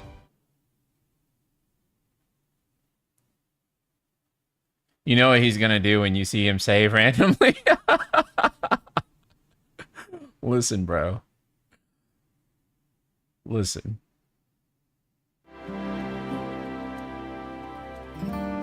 Night Sky cheater. So true. I don't give a fuck. Thank you for your help. The Glaive was elated to have been granted the honor of serving under the That's why King of Luna Light. Freya is about to They watch said me with teaming up Aranea reminded them of all from those heaven years right spent now. fighting alongside their comrades. Tell He's a them Night the Sky honor was all cheater. mine. I'm glad I was able to share the field with one of my father's glaives.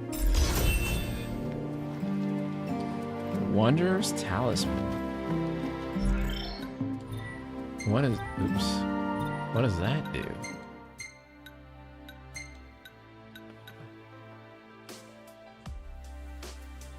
Accelerates the rate at which Ignis gains total clarity? Okay, so it's Ignis specific. Oh, shit, dude. And bumps his, like, stats like crazy. Aw, damn. Howdy. This call. Heard y'all was back Oh, wait, in no, it's town. not Iris. Better late than never. Not as Iris. How have Iris you been? call. Good. Even better now, knowing you're safe and sound. Yeah. Hope I We didn't don't make get to you see her. worry too much. She's just a Oh, phone you call little. chat. I reckon my suffering ain't even half as bad as what you've been through. Anyway, we got the goods. Much obliged. You see, I'm trying to put together a machine that'll allow us to produce a lot of light without using a lot of energy. Hard at work as always. Just pitching in and doing my part. And you can count on me to pitch in and do my part as well. Well, whatever you end up doing, make sure you don't keep a girl waiting this time, you hear? I'll see what I can do. Anyway, thanks again. And send Sid my regards.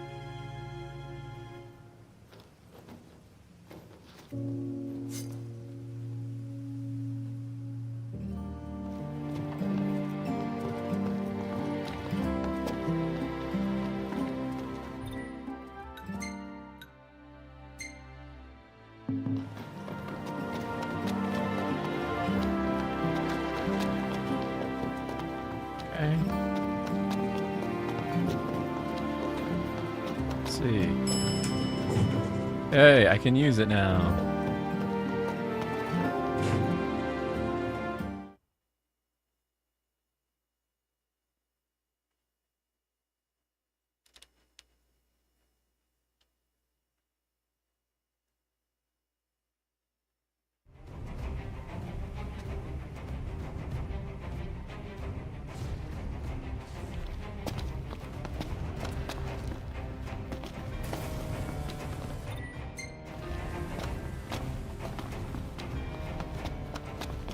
You've got it.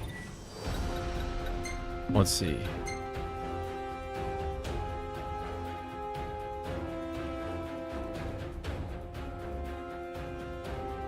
Okay.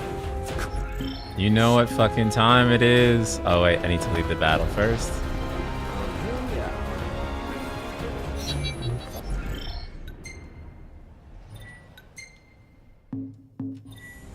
Oh my gosh. Let's see what this. How did this happen? I accidentally activated God mode. Oops. Oh my gosh. Oh my God mode. Oh wait, fuck, we still can't. Can we? Does the key work for this? I don't think it does. Okay, it does. Yes.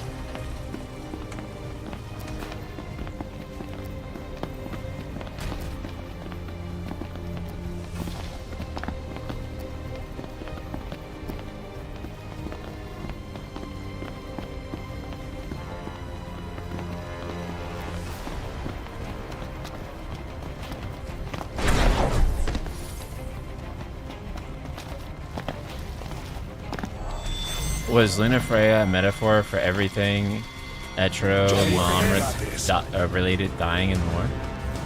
Possibly. Expand on what you mean by that and maybe I could play around with that idea.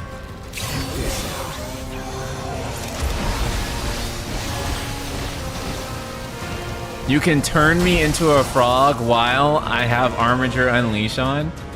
What the fuck? That's whack.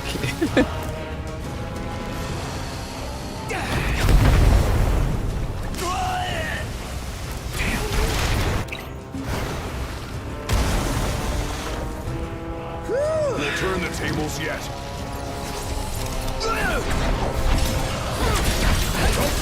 What's right, Gladio? Yeah, sorry to bring this up.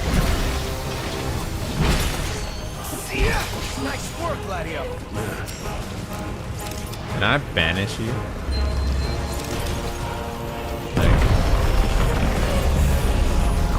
Would that work now?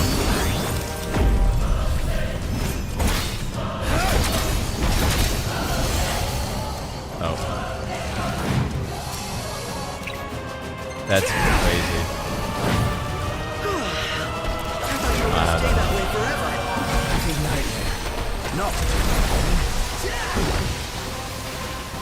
Oh my god.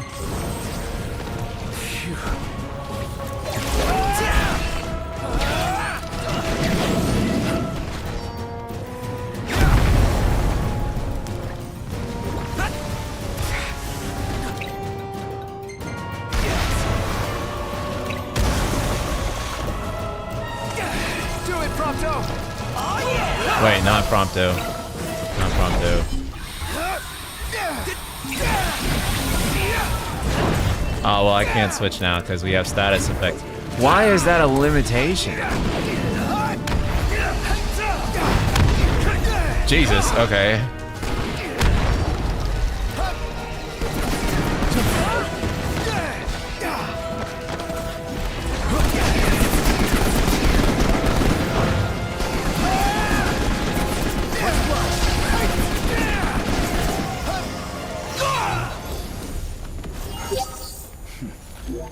Maybe the King of Kings really is as almighty as they say.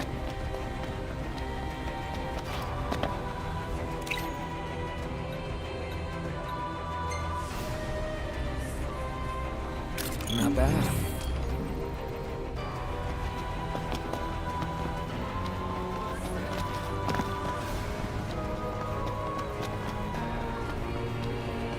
Oh, yeah, I forgot about it.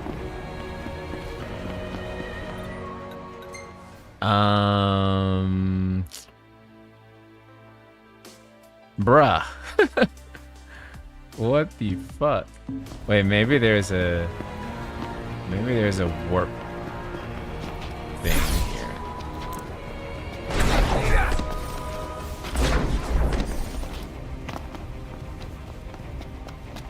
And chat, close your eyes for a minute. I mean, no, I want you guys to witness this fucking dub. We ought to rest up for tomorrow.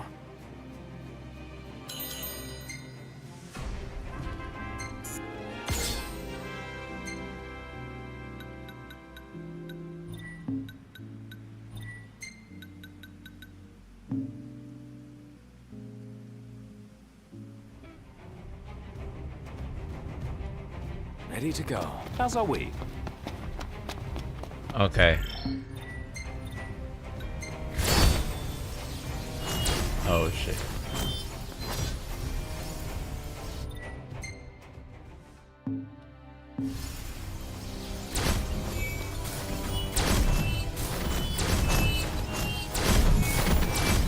Bro, just put these fucking trees here. Okay.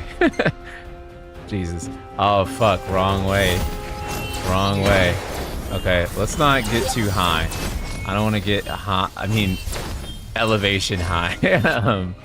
Because we might start activating event triggers and stuff.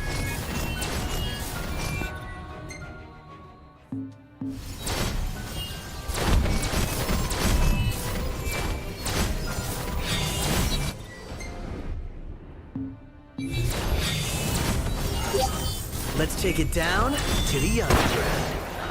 Oh shit, Yojimbo. Heads up, demons. Oh, here we are.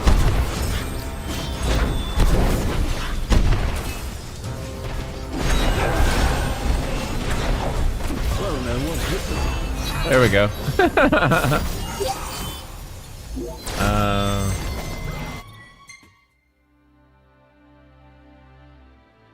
Bro, it's fully committed to the dark side.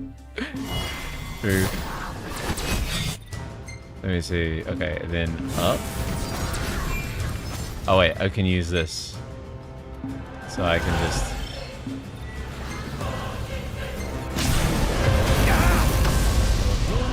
I was holding square, by the way. Oh my fucking god, bro.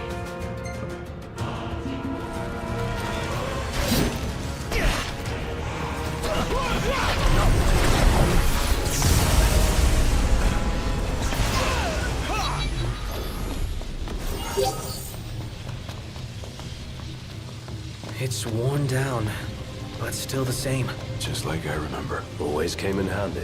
Used to be filled with people. Let's see that it is again.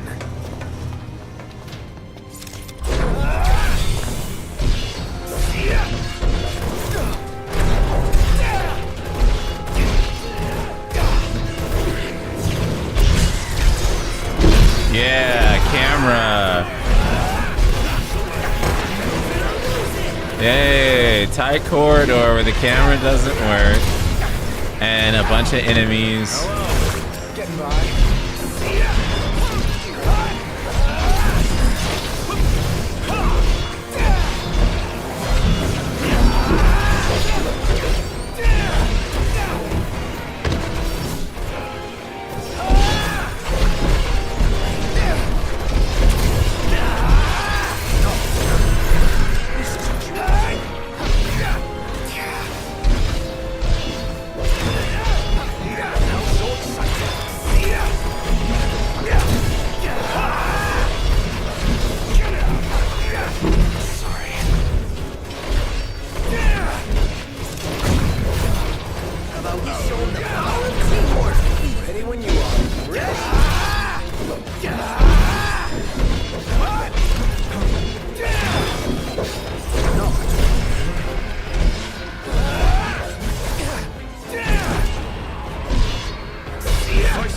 Devils? Time to say goodbye.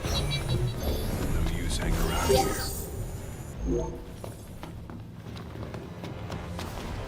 Which mods do you have installed? Just mostly the mod menu, and then the better AP mod, which allows you to get the abilities without farming a stupid, ridiculous amount of AP in order to get most of the good abilities in the game, which is so fucking stupid.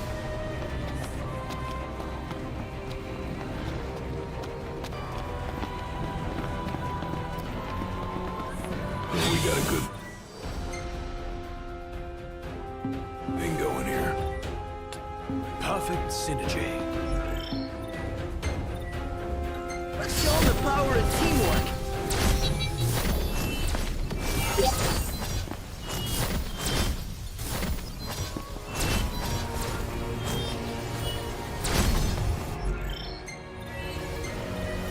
See, chat? I walked here fair and square. I would never cheat at video games, ever.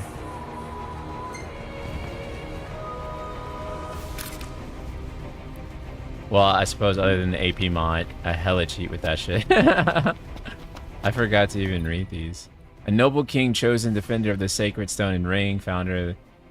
Yeah, it's nothing special anyway. Never mind. I bet you'll be happy with that shot. And with that, I think we've snapped everything. And then... there had better be a goddamn teleport in that thing right there, because if there's not, I don't know how they expect anyone to actually navigate the way back. But it would not be me. Oh my god, there is not a teleport.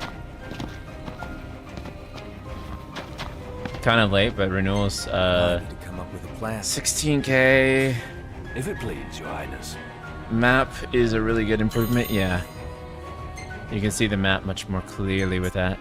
I didn't install it though. Very cool Gladio pick. The glaive who'd teleport you left after he saw you cheated? Well, then it sounds like he's a little bitch and he's not worthy of being in my kingdom. Alright? Some people call it cheating. I call it fucking winning, okay? And quite frankly, chat, we're winning. Alright? We're winning so hard that you're gonna get tired of fucking winning with how much winning that we're fucking doing, okay? See Omega? Bam, now you don't. You know why? Because Omega's a fucking loser, that's why, okay?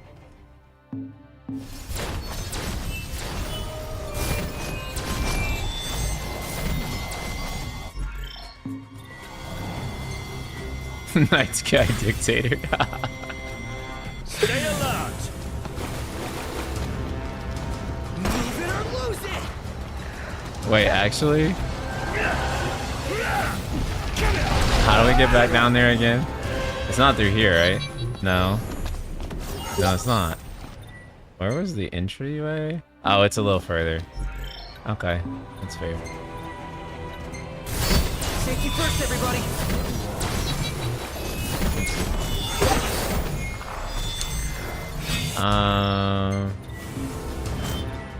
I'm so dumb. Which is a fact that you already knew before watching this stream. However,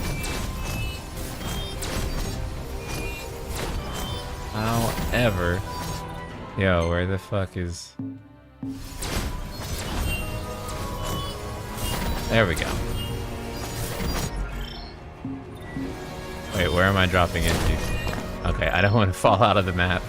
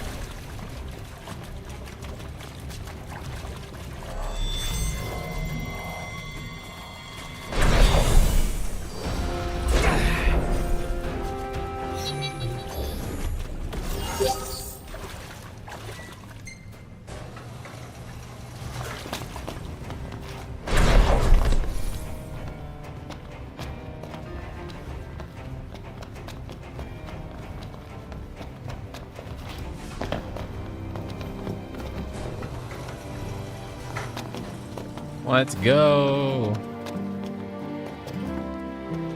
Something that is cool about Royal Edition of the Royal Edition of this Insomnia is that they added the bug from bug enemies from Kingsglaive, which were not in the base game. It's a neat touch. Oh yeah, that is cool. Great observation too, by the way. Here you go. These are great. They should give us a good enough lay of the land to plan our next mission. Thanks. Our pleasure. It was a worthwhile endeavor for us as well. A nice trip down memory lane. And a reminder of the long road ahead. I guess we better start walking. Nice. The Cleverest Talisman. Let's see. What does this do again?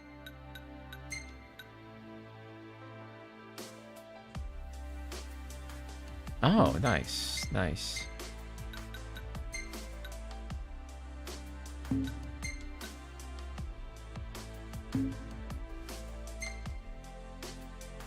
That employs magnetic armor, increases. It's 500 versus 1,000. Okay, and that goes off.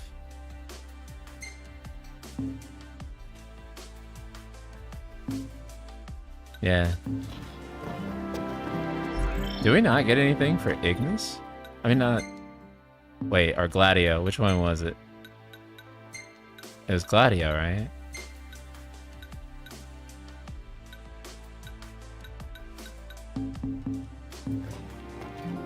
Oh, okay. And let's make sure we save. Wow, can I not save? What the fuck, Rose? I have to be able to save in here. Wow, can I not? We ought to rest up for tomorrow.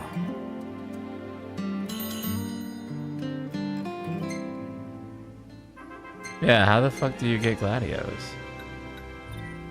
Oh, that's a pretty sick Pronto shot.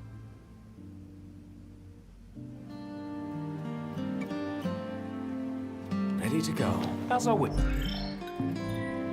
It's so weird that you can't save here.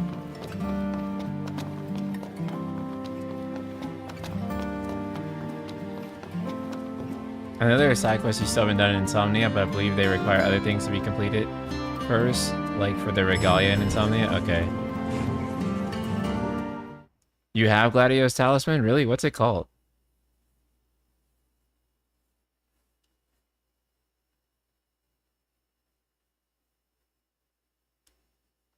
Or wait, it's Gladio's. Oh wait, so then there's a character that we don't have a talisman for. I feel like.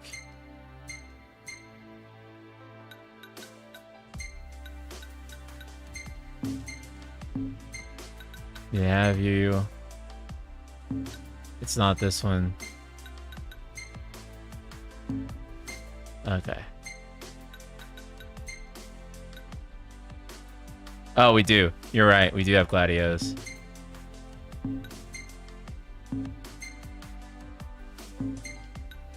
You're right. Oh, I have all of them? Okay, cool. I'm tripping. I'm tripping. We're good, chat. We're good. Okay. We'll save right there. And then I think Monday, we're going to beat the game. I feel pretty confident we're going to go straight through. There shouldn't be too much left. Oh, actually, I lied, because we have Cerberus, and then we have the fights. But I think if we play straight through, we should be able to do just fine. Okay, so let's we'll rate my boy HMK on. Wait, no. We'll rate my boy HMK on. What the fuck? Oh wait, HM Killer, obviously. Rate my boy HMK on Twitch, and I will see you guys all on Monday for the epic conclusion to Final Fantasy 15. All right, love you guys so much. Have a great weekend. Later, people.